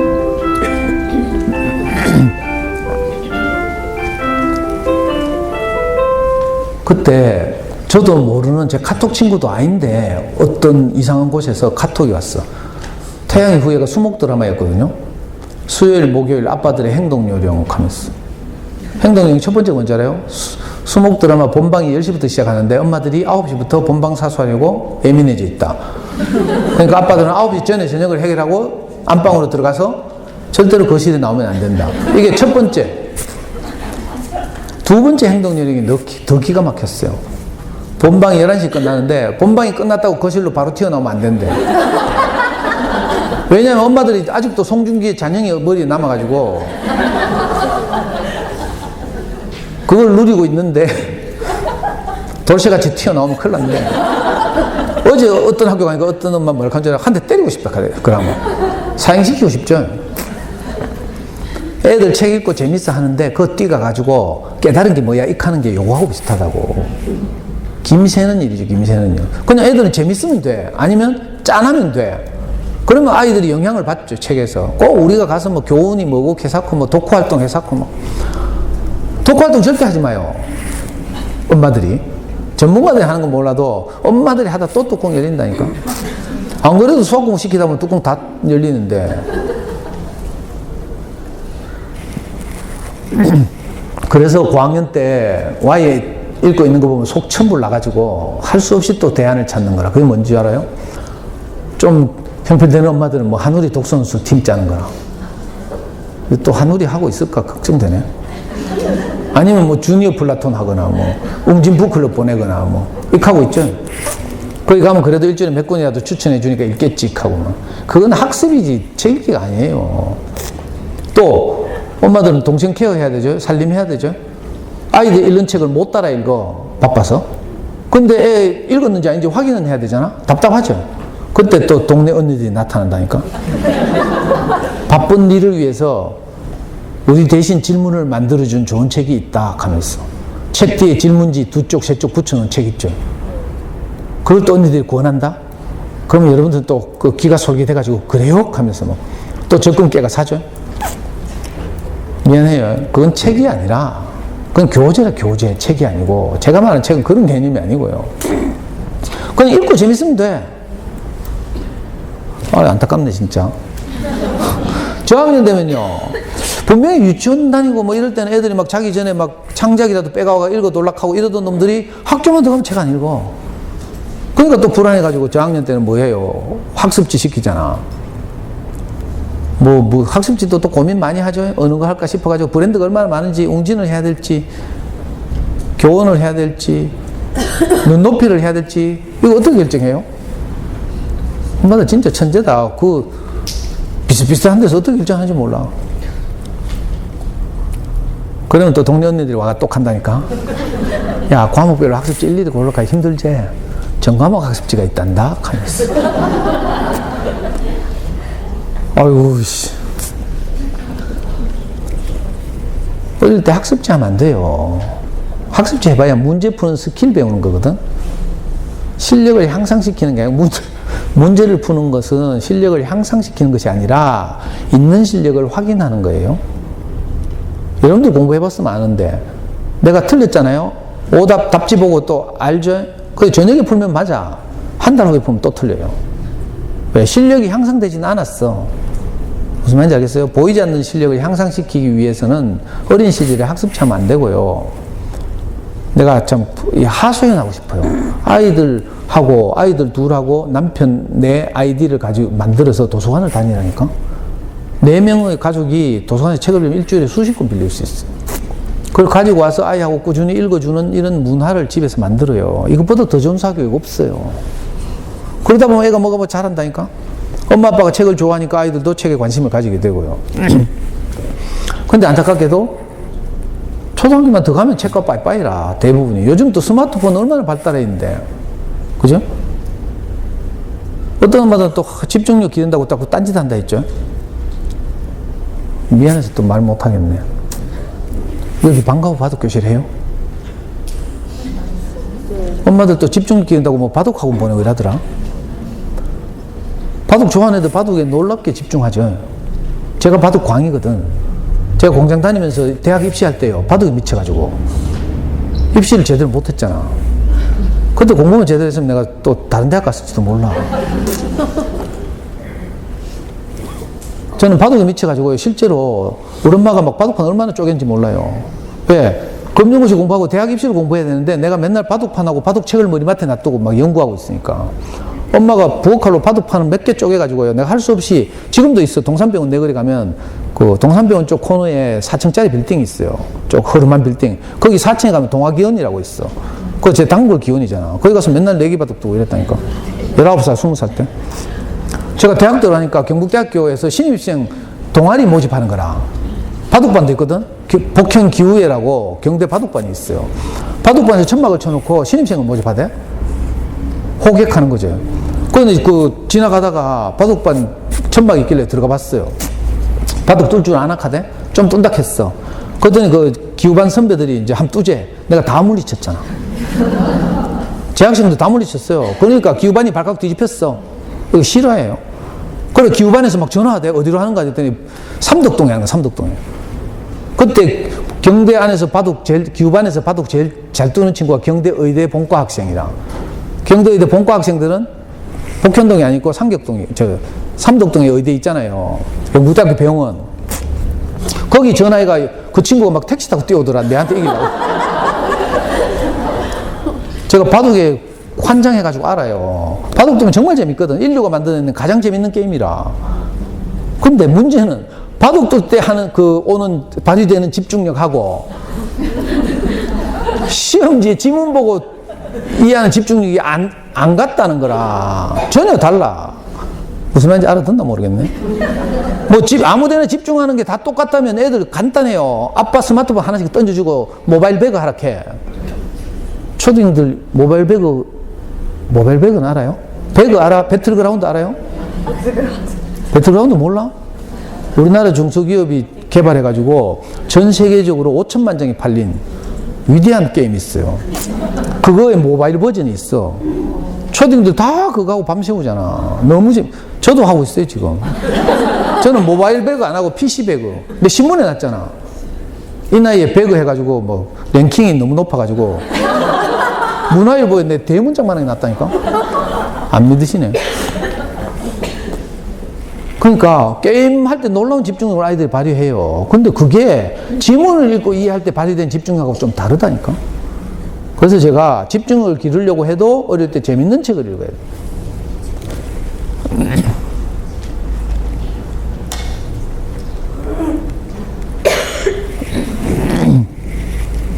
근데 안타깝게도 좋은 어린 책이 어떤 책인지 모르니까 집집마다 다 이래 돼 있다. 언니들 따라 다니면서 있잖아. 어떤 엄마들은 또 이거 일하지 말라고 내 이 사진 보여주는데, 어떤 엄마들은 요 눈 쫑긋하니까 저 우리 집에 없는 전집 저 있네.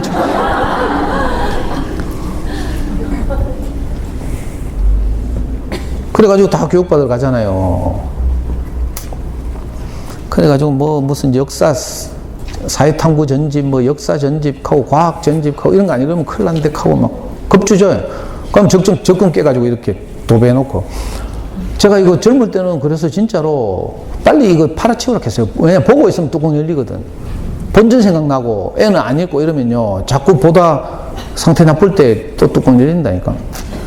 그래서 빨리 중고나라 갖다 팔아치우라 했는데 아무도 안 팔대. 요즘 내 팔라 소리 못해요. 이제 엄마들이 왜 못 파는지 알았어. 이건요, 손님 올 때 대비한 인테리어거든. 저거 빼보면 인테리어 허해져가지고 안 돼. 그래서 내 이제 팔라 소리 안 해요. 팔지 말고 그대로 두고 도서관에 다니면 돼.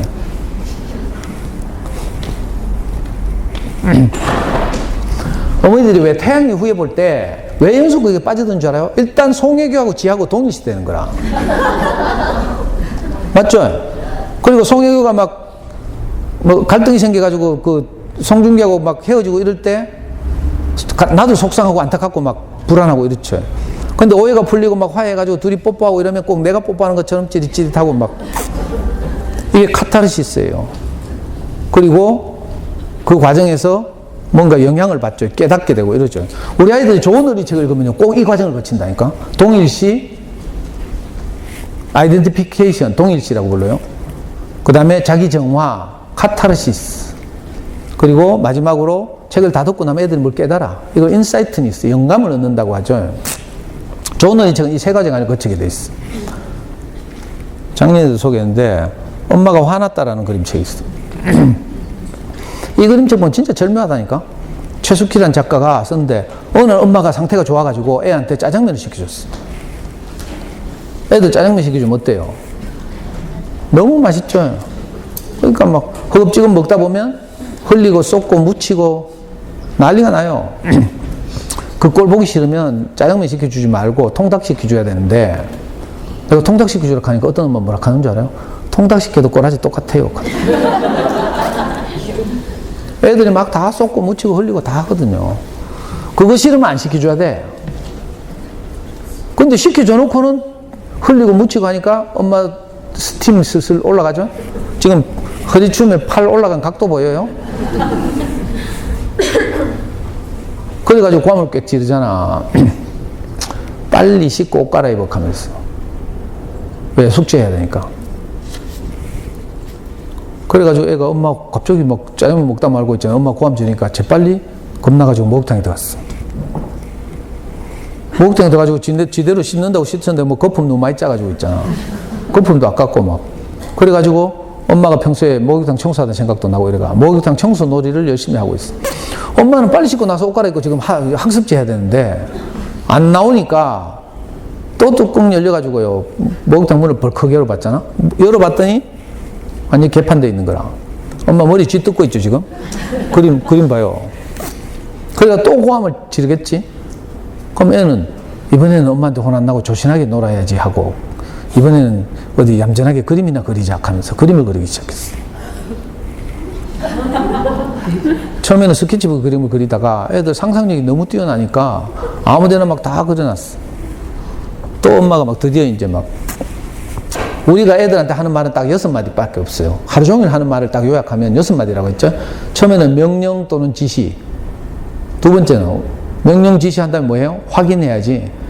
확인해봐야 질질 끌고 밀리고 있거든. 그럼 어떻게 해? 질책 비난. 마지막에 더 열받으면 저주. 우리가 하는 말 6가지밖에 없어요. 한번 해보라니까. 이 엄마도 막 지금 애 저주하고 있잖아, 지금 막. 애 생각은 어떻게 했어요? 내가 하는 집마다 엄마가 따라다니면서 지랄하네. 이 생각이 들어요. 도서관에 가서 이런 책을 빌려서 읽혀요. 그러면 애들이 바로 이거 우리 집 구석하고 똑같네 하면서. 이게 아이덴티피케이션. 주인공과 내가 하나가 되는 과정. 동일시. 그리고 이 애가 엄마한테 혼날 때 자기도 속상하죠. 엄마한테 혼난 생각이 났어.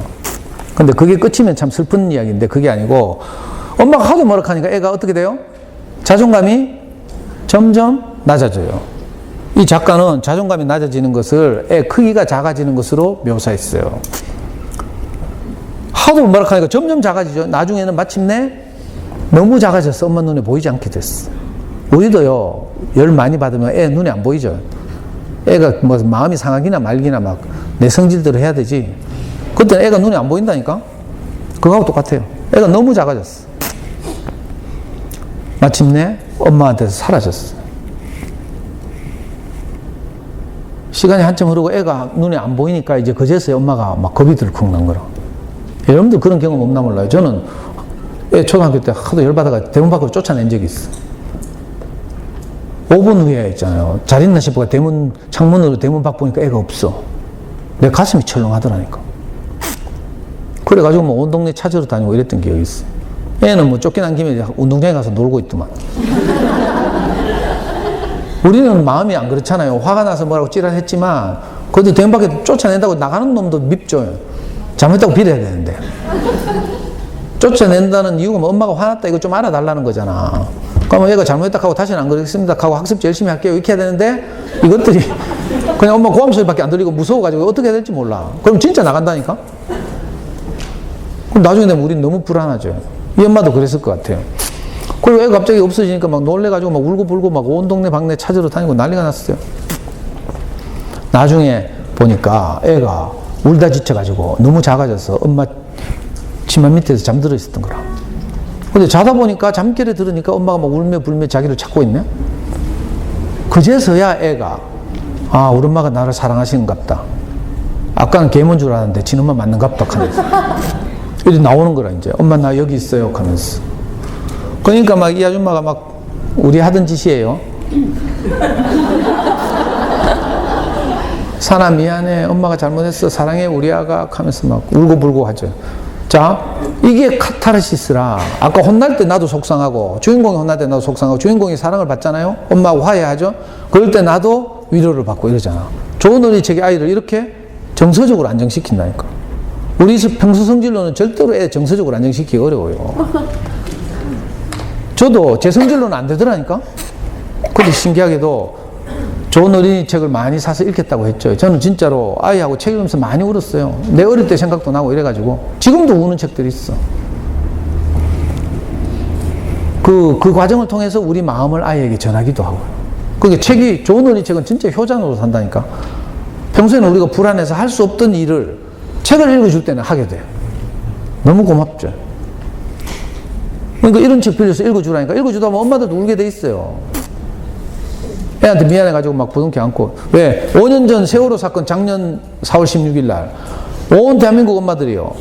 학교 갔다 오는 애들 다 부둥켜 안고 살아있어서 고맙다 하고 막 울고 이랬다니까. 꼭 사고 큰일 나면 꼭 극하지. 근데 세월이 지나면 시간이 흐르면 또 잊어버리고. 그죠?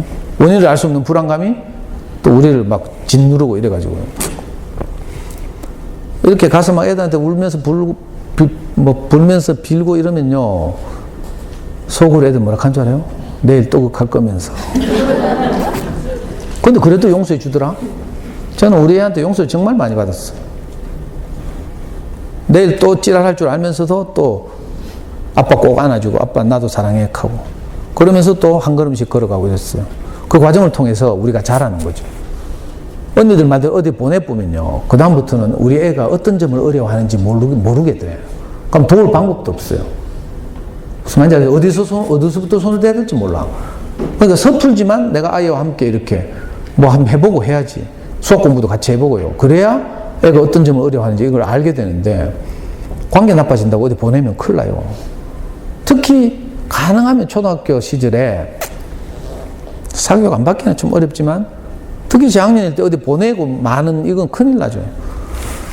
혹시 기회가 닿으면 내년에 또 불러주시면 제가 아이를 살리는 수학 공부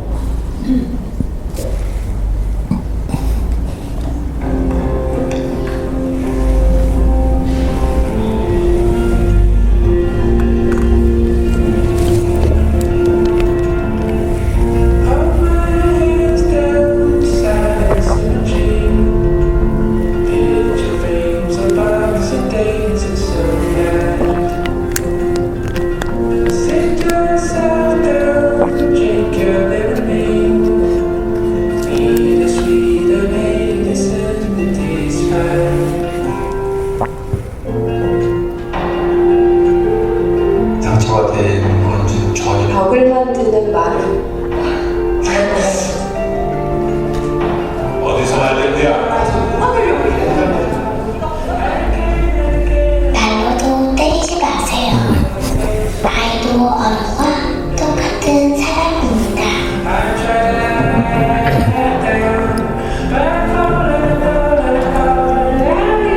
함께 해주세요. Save the Children. 100년의 믿음. 세계적인 비정부 기구 NGO라고 하죠. Save the Children이란 어린이 단체에서 우리가 아이들에게 흔히 하는 말로 주는 상처 100가지를 정리했어요.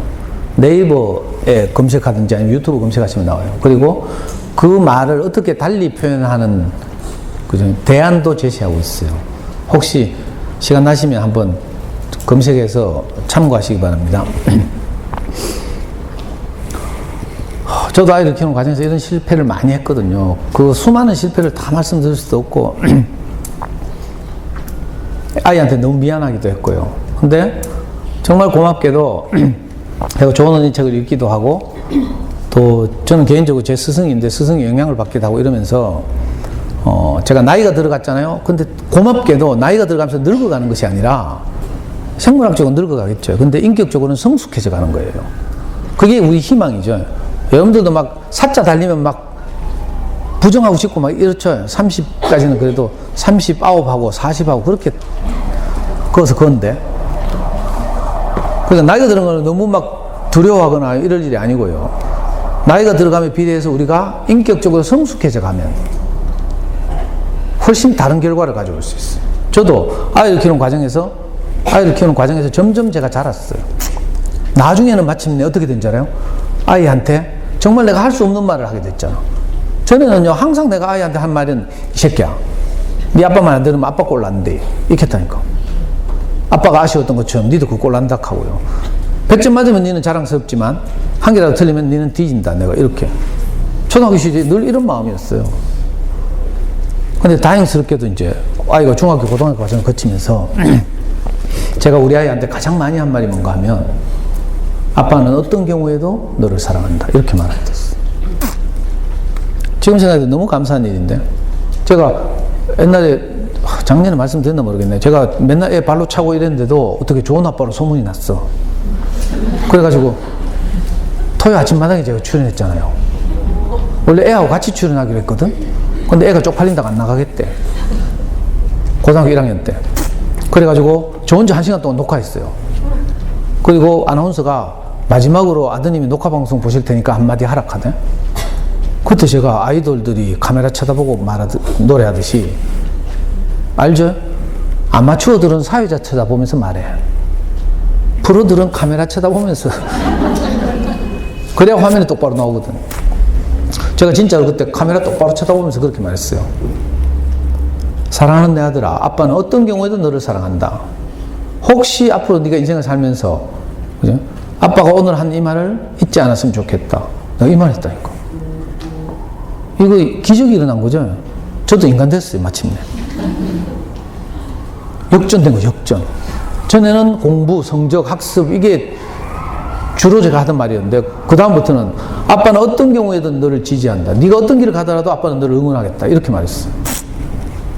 제가 지금 생각해도 기특하네요. 그 후로 어떻게 된지 알아요? 우리 애가요, 지금 29 청년인데 지금도요, 용기가 필요하면 아빠한테 카톡해요. 아빠 그 말 좀 해봐. 이렇게 한다니까. 그 말이 뭔지 알아요? 우리 둘이 사인이 있잖아. 아빠는 어떤 경우에도 너를 사랑한다. 이 말. 그 말 듣고 견디고 힘들 때, 외로울 때 용기도 내고요. 돈이 필요하면 엄마한테 카톡하고. 너무 감사했어요. 많은 실패를 내가 다 말씀드릴 수 없는데 너무 자랑만 하네 이렇게 생각하지 마시고 그 실패를 생략하는 거예요. 그래가지고 마침내 우리가 수능을 쳤잖아요. 성적표 봐도 모를 테니까 빨리 지나가겠습니다. 영어 수학에서 만점 받았어요. 이게 그래도 명식이 전국에서 한 250등 한 성적표라 수능 못했어. 책을 그렇게 많이 읽었는데 국어를 만점 못 받았더라. 사실은 우리의 이야기를 꺼낸 이유는요, 여러분들도 가능하면 그죠? 사교육에 의존하거나 너무 단기적으로 문제풀이 중심의 학습지를 하거나 이러지 말고 가족들이 함께 도서관을 다니면서 좋은 어린이책을 빌려서 읽고 하는 습관을, 문화를 만들었으면 좋겠다. 이거보다 더 강력한 교육은 없다. 내가 이 말씀을 꼭 드리고 싶었어요. 제가 아이를 다 키워놓고 보니까 정말 그래요. 거듭 말하지만 보통은 이제 뭐 잠깐의 성과를 가지고 뭐 책도 내고 강의도 하고 할 수 있어요. 그러나 입체적으로 일관되게 그렇게 이렇게 아이를 추적해보고 하기는 어려운 거죠. 그래서 그 어머니 도서관에 다니면서 사실 엄마들이 왜 전집 사재고 하는가 하면 좋은 어린이책이 어떤 책인지 몰라서 그래. 간단해요. 그리고 왜 학습지 시키는가? 어떻게 해야 될지 모르니까. 그 도서관에 다니면서 책을 빌리는데 어떻게 빌리면 좋을지 몇 가지 팁을, 아주 간단한 팁이지만 말씀드려 보려고. 이거 아주 쉬운 거니까. 가장 먼저는요, 도서관에 가거든 좋은 어린이책을 만드는 출판사가 딱 정해져 있어요. 그 출판사의 책들을 신뢰하고 빌려서 아이들한테 읽혀요. 그러면 그 빌린 책들이 100% 우리하고 안 맞을 수는 있어요. 그러나 확률이, 좋아할 확률이 높은 책을 많이 만난다는 거죠. 아이 성향이 다 다르니까. 자, 가장 손쉬운 방법은 출판사 따라가기예요. 좋은 어린이책을 가장 많이 만드는 출판사 파워 브랜드 1위는 비룡소예요.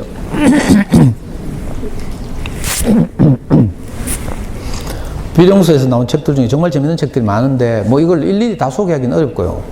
혹시 책 한 권 한 권에 대해서 궁금하시면 제가 매주 금요일마다 우리 연구소에서 엄마들한테 공개 강의를 하거든요. 엄마를 위한 인문학 수업 해가지고 그림책 한 권을 딱 정해서 제가 읽어드리고 이 책에서 우리가 아이들하고 어떻게 소통할지를 하는 강의가, 금요일 하는 강의가 있어요. 그 강의를 전부 탑재해놨어요. 유튜브 대구 부모교육연구소 아니면 다음 카페 대구 부모교육연구소 오시면 동영상 한 몇백 개 올라가 있으니까 책 한 권 한 권을 제가 소개하기는 시간이 너무 많이 걸려서 그래요. 한 권만 소개하면 예를 들어서 비룡소에서 나온 저 책 종이봉지 공주 있잖아요. 종이봉지 공주. 로버트 먼치라고 유명한 분인데 저분은 그 지금까지 전해 내려오는 유명한 아이들 동화를 비꼬고 패러디하여서 새로 만들어낸 창의적인 작품으로 유명해요. 종이봉지 공주가 전형적으로 그런 거라. 서양 동화들 보면 주로 그 신데렐라 뭐 이런 스토리, 공주 이야기 보면 전부 분홍색 옷을 입고 얼굴은 예쁘고 왕자한테 도움을 받고 막 이런 이야기죠. 근데 로버트 먼치는 그걸 완전히 비틀어가지고 종이봉지 공주는요, 공주가 나쁜 놈에게 잡힌 왕자를 구출하러 간다는 거라. 보통은 왕자가 공주 구출하러 가죠. 공주가 왕자 구출하러 가. 근데 이 종이봉지 공주는 분홍색 드레스를 입은 이쁜 게 아니라 얼굴도 못생기고 옷도 분홍색 드레스가 아니라 종이봉지로 옷을 만들어 입은 남루한 초라한 그런 공주예요. 근데 막 악당을 물리치고 마침내 왕자를 구해주잖아. 근데 왕자가 찌랄하는 거라 못생겼다고. 옷도 허름하고. 그래가지고 찌랄하길래 이 종이봉지 공주가 더 찌랄하면서 참고는 거라. 네가 뭐 잘났다고 어쩌고저쩌고 하면서. 이 전형적 페미니즘 너무 재밌어. 근데 여성주의적 시각으로 늘 막 남자 왕자한테 의존하고 막 거기서 도움을 받고 그런 주로 공주 이야기가 다 그런 서양 동화인데 그걸 완전히 비꼬는 거죠. 이분이 쓴 책 중에 또 늑대가 들려주는 아기돼지 삼형제 이야기 있어. 아기돼지 삼형제의 전통적 이야기는 늑대는 나쁜 놈이고 아기돼지는 억울하다 이거라. 다 알죠? 근데 이분이 쓴 늑대가 들려주는 아기돼지 삼형제 이야기는 늑대는 너무 억울하다니까? 진짜 재밌어요. 늑대 입장에서 쓰는 이런 책, 창의적인 책들이죠, 이런 거.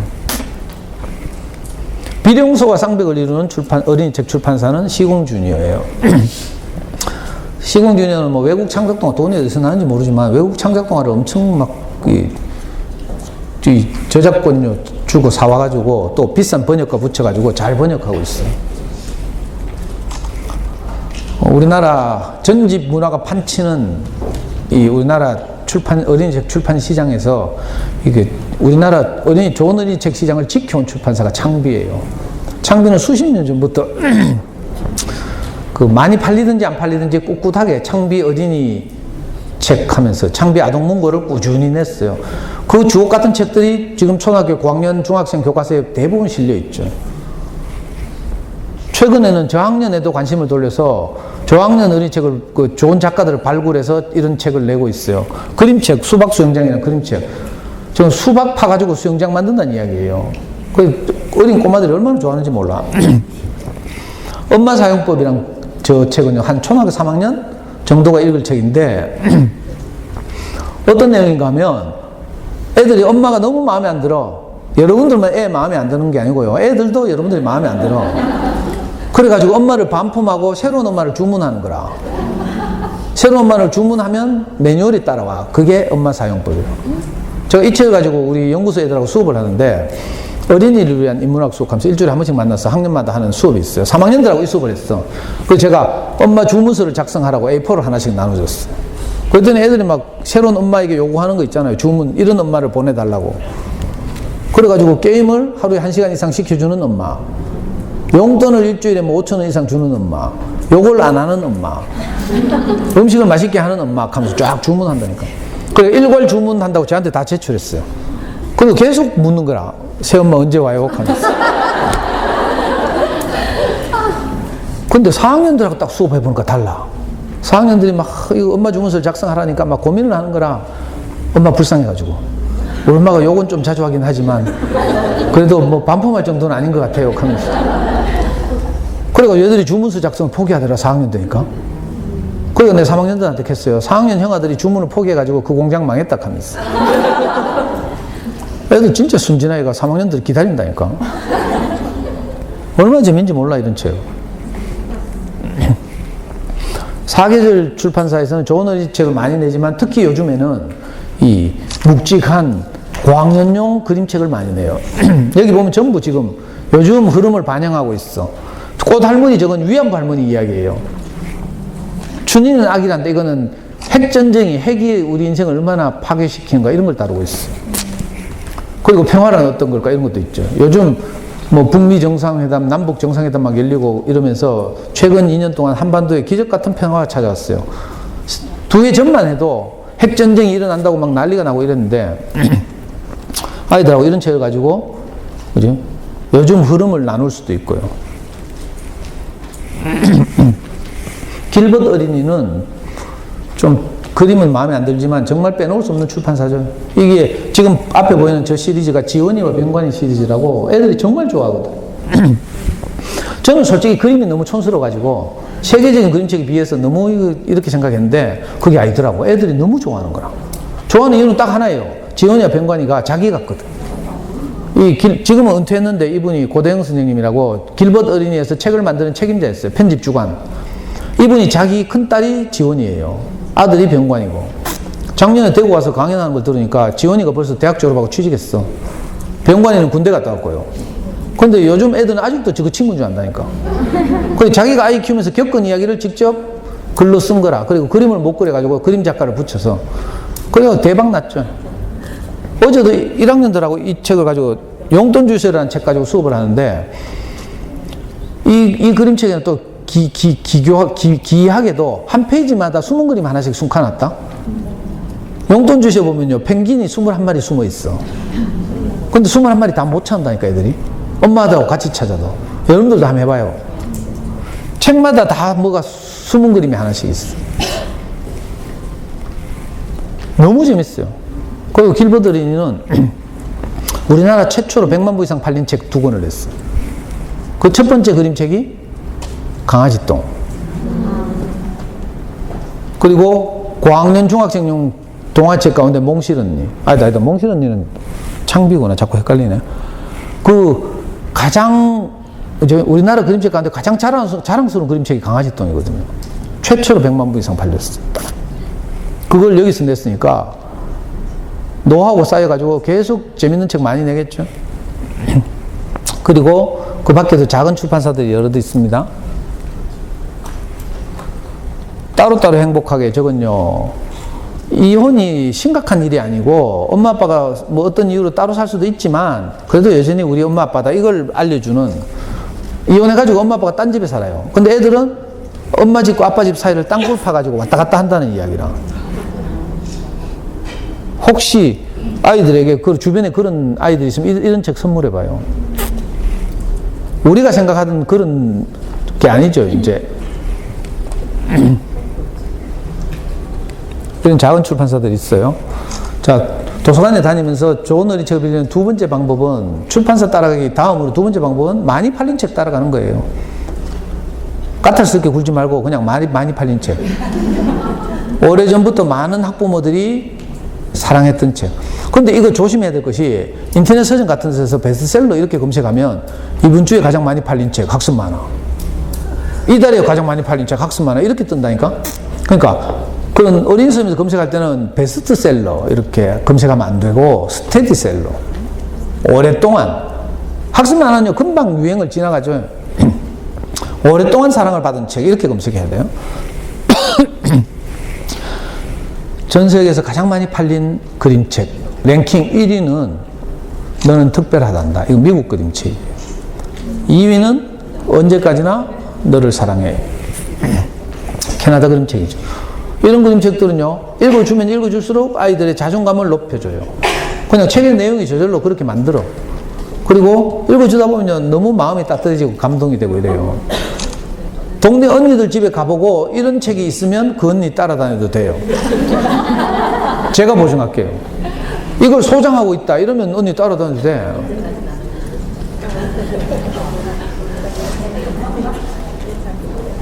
자, 이건 고학년용 단행본 가운데 전 세계에서 가장 많이 팔린 책. 1위는 샬롯의 거미줄, 2위는 삐삐. 시리즈물은 뭐 소개 안 해도 알겠죠. 해리포터가 1위, 나니아 연대기가 2위, 구스범스가 3위. 나니아 연대기 이런 거 한번 읽어봐요. 정말 재밌다니까. 이거 우리나라 책, 고학년 책 가운데 가장 많이 팔린 책. 이런 것들이죠. 자, 그리고 이 지금 PPT는 여기 학교 노트북에도 복사해 놨고요. 아까 다음 카페 대구 부모교육연구소 오시면 뭐 이것뿐만 아니라 그 엄마표 영어를 하면서 필요한 DVD 목록 뭐 이런 각종 자료들이 올라와 있으니까 혹시 참고하시기 바랍니다. 세 번째 방법은요, 상 받은 책을 따라가는 거라. 좋은 평가를 받은 책이죠.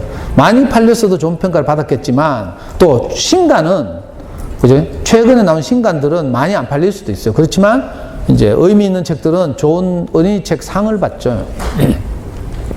그림책 상으로서는 뭐 노벨상이, 그림책의 노벨상이라고 불리우는 칼데코상이라고 있어요. 이건 미국 그림책, 미국에서 영어로 출간된 그림책을 대상으로 수여하는 메달이죠. 영국에는 게이트 그린어웨이라고 있어요. 이탈리아에서는 볼로냐 라가치상이라고, 여기서는 전 세계 그림책을 대상으로 하는데 우리나라 그림책도 여기서 상 많이 받아요. 이런 것들. 그리고 고학년용 상은 많아서 제가 소개 생략해요. 예를 들면 창비에서 창비 어린이책 원고 공모 하거든요. 그럼 아까 엄마 사용법 같은 책이 거기서 대상 받은 책이라. 괜히 부리말 아이들도 대상 받은 책이에요. 이런 식으로 해마다. 또 문학동네 어린이상 뭐 이런 거 있어요. 각 유명한 출판사마다 좋은 작가들을 발굴하기 위해서 그런 문학상을 제정하고 있거든요. 그래서 그런 걸로 검색해도 좋은 책들을 많이 만날 수 있어요. 이제 도서관을 자주 다니다 보면 조금 눈이 뜨이죠. 고수가 돼요. 고수가 되면 이제 할 수 있는 좋은 방법이 취향이나 작가에 따라서. 자, 강아지똥을 좋아했다. 위로를 받았고 용기를 얻었다. 그러면 권정쌤의 작품을 쭉 따라가 보는 거라. 권정쌤은 실제로 우리 아버지하고 똑같은 병을 앓았거든요. 폐병. 근데 권정쌤은 안 돌아가시고 그 대신 건강을 잃었어요. 그래가지고 몸이 막 40몇 킬로 이렇게 평생을 사셨는데 장가도 못 갔어요. 정말 작고 왜소하고. 그래서 안동에서 평생을 어떤 조그만 교회의 종치는 일을 하면서 사시다가 돌아가셨는데, 이걸 아동문학가, 유명한 아동문학가 이호덕 선생님이 이분을 발견해가지고 전 우리나라에 소개해가지고 알렸잖아요. 그래서 유명해졌어요.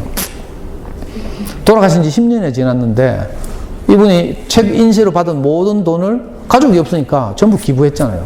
북한 어린이 돕기 운동에 기부하고. 지금도 안동에 가면 이분 살던 동네에 초등학교가 하나 있는데 그 폐교됐어요. 그 폐교된 초등학교를 권정생 동화나라라고 꾸며놨어요. 학교 교정에 가보면 실제로 강아지똥 크게 시멘트로 만들어놨어요. 색칠해가지고. 그리고 몽실은, 애기 업고 있는 몽실언니도 있고요. 재밌다니까. 우리 연구소에서 5월 셋째 주 토요일 날 거기 소풍 가요. 이름은 거창하게 어린이를 위한 인문학 기행 가면서 봄, 가을로 놀러 다니는데 4년 전에 제가 아이들 데리고 한번 가봤거든. 가을에. 이번엔 봄에 한번 가보려고. 저희 가면 권선생님 일대기를 다룬 영상물도 있고 이러니까 여러분들도 개인적으로 아이들 데리고 주말 나들이 가도 좋겠죠. 요즘 뜨는 작가 백희나죠, 백희나. 백희나는 구름빵 때문에 대박 났어요. 저거는 가장 짧은 시간에 100만 부 이상 팔린 그림책이 됐어요. 처음에는 한솔수북에서 전집으로 나왔는데 시장의 반응이 너무 좋아가지고 단행본으로 풀렸어요. 그리고 그 후로 이분의 독특한 기법을 가지고 이분은 닭종인가? 닭종이 공예를 미국에서 배워와가지고 그림책의 배경이 그림이 아니고 자기가 직접 만들어서 사진 촬영을 한 거예요. 저 장수탕 선녀님 보면 할매, 동네마다 있는 목욕탕의 냉탕에서 놀고 있는 할매 얼굴을 종이로 만들었다니까. 정말 재밌죠. 요구르트 빨고 있는 할매 이야기. 알사탕은 저 나온 지 2년도 안 됐는데 너무 감동적이에요. 한번 읽어봐요. 이 밖에도 많은 책이 있으니까 이렇게 도서관을 다니다 보면 이제 이렇게 지은이에 대해서도 눈 뜨게 돼요. 최숙희도 유명한 그림책 작가죠. 시간이 없어서 그냥 지나갑니다. 찍어도 할 수 없어요. 아니, 이거 그대로 올려놨으니까 다운받으면 돼. 이것도 유명하죠. 황선미도 우리나라 중견 작가인데 마당로 남타가 너무 유명해서 저거 애니메이션으로 만들어지고 이랬죠. 교과서에도 실리고 뭐 이런. 우리 애가 가장 좋아했던 작가는 영국 작가 로알드 달이에요.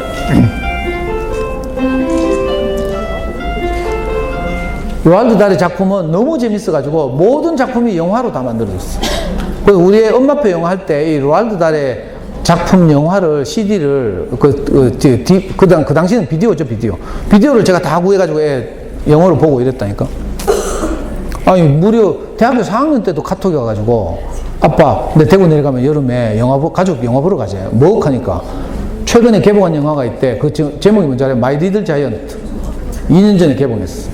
그게 뭔가 하면 우리 애 어릴 때 지가 읽었던 내 친구 꼬마 거인 아직도 기억하고 있다니까. 너무 재밌었어. 아이고 시간이 쫓기기도 하고 이래가지고 제가 마지막으로 이제 마무리하겠습니다. 마지막 인증샷. 이 작년에 오신 분도 못 본 인증샷이에요. 작년에 제가 뭐라고 말씀드렸는지 몰라. 작년에 제가 몇 월 달에 왔죠? 우리 애 그때 어디 있다 했어요? 작년에 들으신 분 없나? 관심이 없네. 우리 애가 아빠 흑수저락 하니까 외국 취직에 나갔다 했죠. 그러니까 재작년에 외국 취직, 갑자기 일본어를 벼락치기 하더니 일본 회사 취직해가지고 도쿄에서 살았어요. 1년 동안.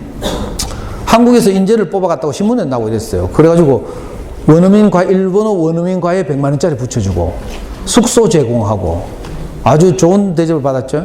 그리고 주로 하는 일은 한국과 일본 기업 간의 인수 합병 이런 업무를 담당했어요. 근데 우리가 이 일을 1년 동안 쭉 해보더니 뭘 깨달았어.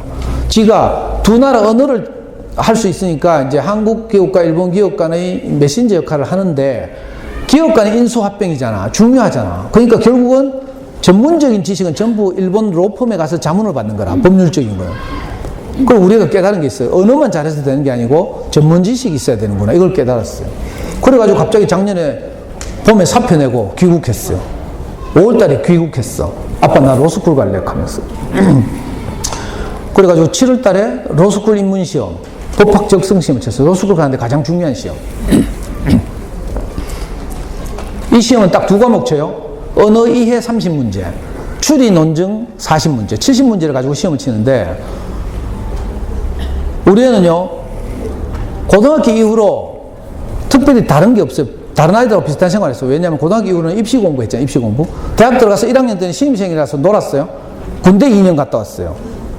그리고 이제 졸업할 때 되니까 취직 공부해야 되죠. 취직 준비해가지고 취직했어요. 그러니까 고등학생 이후로는 다른 아이들과 똑같은 생활을 했고 특히 작년에 이 시험을 치기 직전 2년 동안은 주로 일본어를 사용했어요. 그래서 은근히 걱정을 했다니까. 근데 이 로스쿨 입문시험을 쳤잖아요. 근데 언어 이해에서 30문제 가운데 27문제 맞췄어. 추리 논증에서 40문제 중에 37문제를 맞췄어요. 요 100분이 보여요? 그래서 화면에는 안 나온다. 빨간 이게. 저 언어 이해 100분이 보면 99.6%. 문과 최상위권 로스쿨을 가려고 하는 10,000명이 시험을 쳤는데 그 중에서 96. 보통 아이들에서 99.6%가 아니고요. 로스쿨을 가려고 하는 10,000명 가운데 99.6%, 출연 논중 99.2%. 잘했죠? 이게 어느 정도인지 모르겠지. 10,000명 중에 9등 했어요. 어이씨, 별로 안 놀라네. 아니, 제가 드리고 싶은 말씀은 뭔가 하면, 어린 시절 책 읽기가 평생 간다는 거라. 저도 깜짝 놀랐어요. 왜? 고등학교 이후로 입시하고 평범하게 대학생활 하고 이랬으니까, 또 일본어를 최근 2년 동안 했으니까.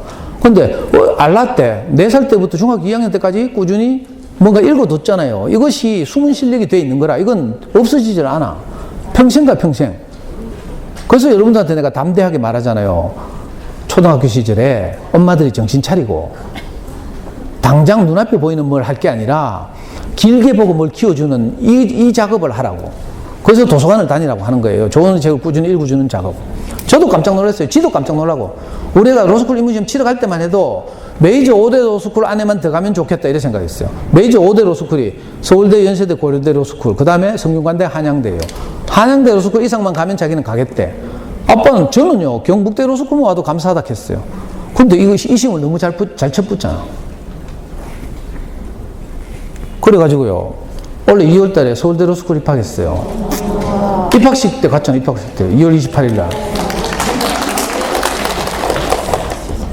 근데 지금도 돈이 필요하잖아요. 용돈이 이제 지가 돈 안 버니까. 지금도 돈 보내달라고 카톡 한다니까? 아니, 이틀 전에 카톡이 왔어요. 밤늦게, 새벽 2시에. 아이고, 내 신세야. 하면서. 이게 무슨 말인지 알아요? 와이프는 또 깜짝 놀래가지고, 제주도 여행가 있으면서 있잖아요. 애가, 내 신세야 하니까 뭐 무슨 일 있나 싶어 막 호들갑을 떨면서 왜 힘드나 하고 막 이렇게 하더라고. 그게 아니고 내가 딱 보니까 그래. 지금 지가 너무 공부를 열심히 하고 있는 거라. 옛날에 사법시험 공부하듯이 해야 되니까 맨날 밤 11시까지 도서관에서 공부해요. 근데 그게 힘들잖아. 근데 막 힘들어서 죽겠다 이게 아니고 즐기는 거지 이제. 지가 공부할 만한 공부를 하게 되니까. 그래가지고 이제 엄마 아빠한테 자랑하려고 아무 말도 안 하고 아이고 내 신세야 이렇게 딱 적어놨어. 거기에 대한 우리가 반응해야 이제 지가 할 말을 하거든. 그러니까 지금 밤 11시까지 지금 도서관에서 공부하고 있다니까. 평생이 처음이에요. 한 번도 열심히 공부해본 꼬라지가 없어. 솔직히 말씀드렸어. 제가 막 뭐라 하고 막 이래가 겨우 하고 막 이랬는데 이제 동기가 생기거든. 동기가. 우리 아이는 비교적 늦게 동기가 생긴 거예요. 근데 어떤 아이들은 더 일찍 생길 수도 있죠. 그 동기가 생겨서 공부를 하려고 할 때 힘이 딸리면 어떻게 되겠어요? 못하는 거지. 안타까운 일이죠. 그래서 제가 여러분들한테 꼭 드리고 싶은 말씀이 뭔가 하면 제가 우리 아이 중학교 2학년 때부터 이런 강의를 해왔어요. 체력기가 중요하다.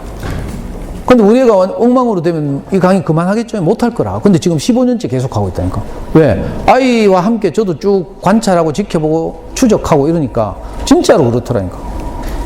자, 어린 시절의 책 읽기는 이번 기말고사에서 한 문제, 두 문제 더 맞추는 이런 차원의 문제가 아니라 우리 아이에게 평생 영향을 미친다. 우리 아이들한테 기회가 주어졌을 때 그 기회를 놓치지 않도록 하는 준비를 초등학교 저학년 시절에 했으면 좋겠다.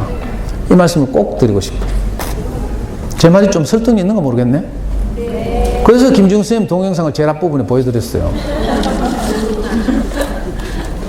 어머님들께서는 전적으로 저를 믿으셔야 합니다. 제가 안 해보고 뭐 이론으로 이렇게 말하는 게 아니라 더 많은 사례들이 있지만 그래도 더 설득력 있게 하기 위해서 우리 아이의 사례를 가지고 말씀드렸어요. 작년에 이어서 올해도 이렇게 많이 와주셔서 또 잘 들어주시고 같이 막 웃고 막 오늘은 제가 눈물을 안 흘려서 다행인데 제가 막 강의하다 보면 눈물이 났어요. 어제도 또 그저께도 어떤 학교가 계속 울어가지고 엄마도 다 같이 울고 이러면 미안하잖아. 그래서 오늘 좀 건조하게 말씀드렸는데 그래도 잘 들어주시고 그래서 감사하고 정말 혹시 또 다음에 인연이 되면 아니 이렇게 해요. 여러분들 이거 뭐야 강의 만족도 받았죠? 평점을 잘 매기라는 게 아니에요. 평점은 여러분들 느낀 대로 매기면 돼요. 근데 혹시 내년에도 저를 또 부르고 싶을지 모르잖아요. 그럴 경우에 여기다 써 내년에는 이 선생님을 부르는데 수학 공부 이야기를 꼭 하게 해주세요. 아니면 영어 공부, 엄마표 영어 공부 이야기를 하게 해주세요. 이렇게 내용을 쓰라니까요. 그러면 학부모 부장 선생님이 저한테 전화를 할 때 그렇게 주문을 해요. 그러면 제가 그 이야기를 하는 거죠. 엄마들 의견을 수렴해서. 평점은 뭐 마음대로 해도 괜찮아요. 저는 그런 걱정 안 하니까. 조금이라도 도움이 됐으면 좋겠고 이렇게 또 3번이나 이렇게 불러주셔서 너무 감사하고 있습니다. 또 다음에 인연이 될 수 있기를 바랍니다. 마치겠습니다. 감사합니다.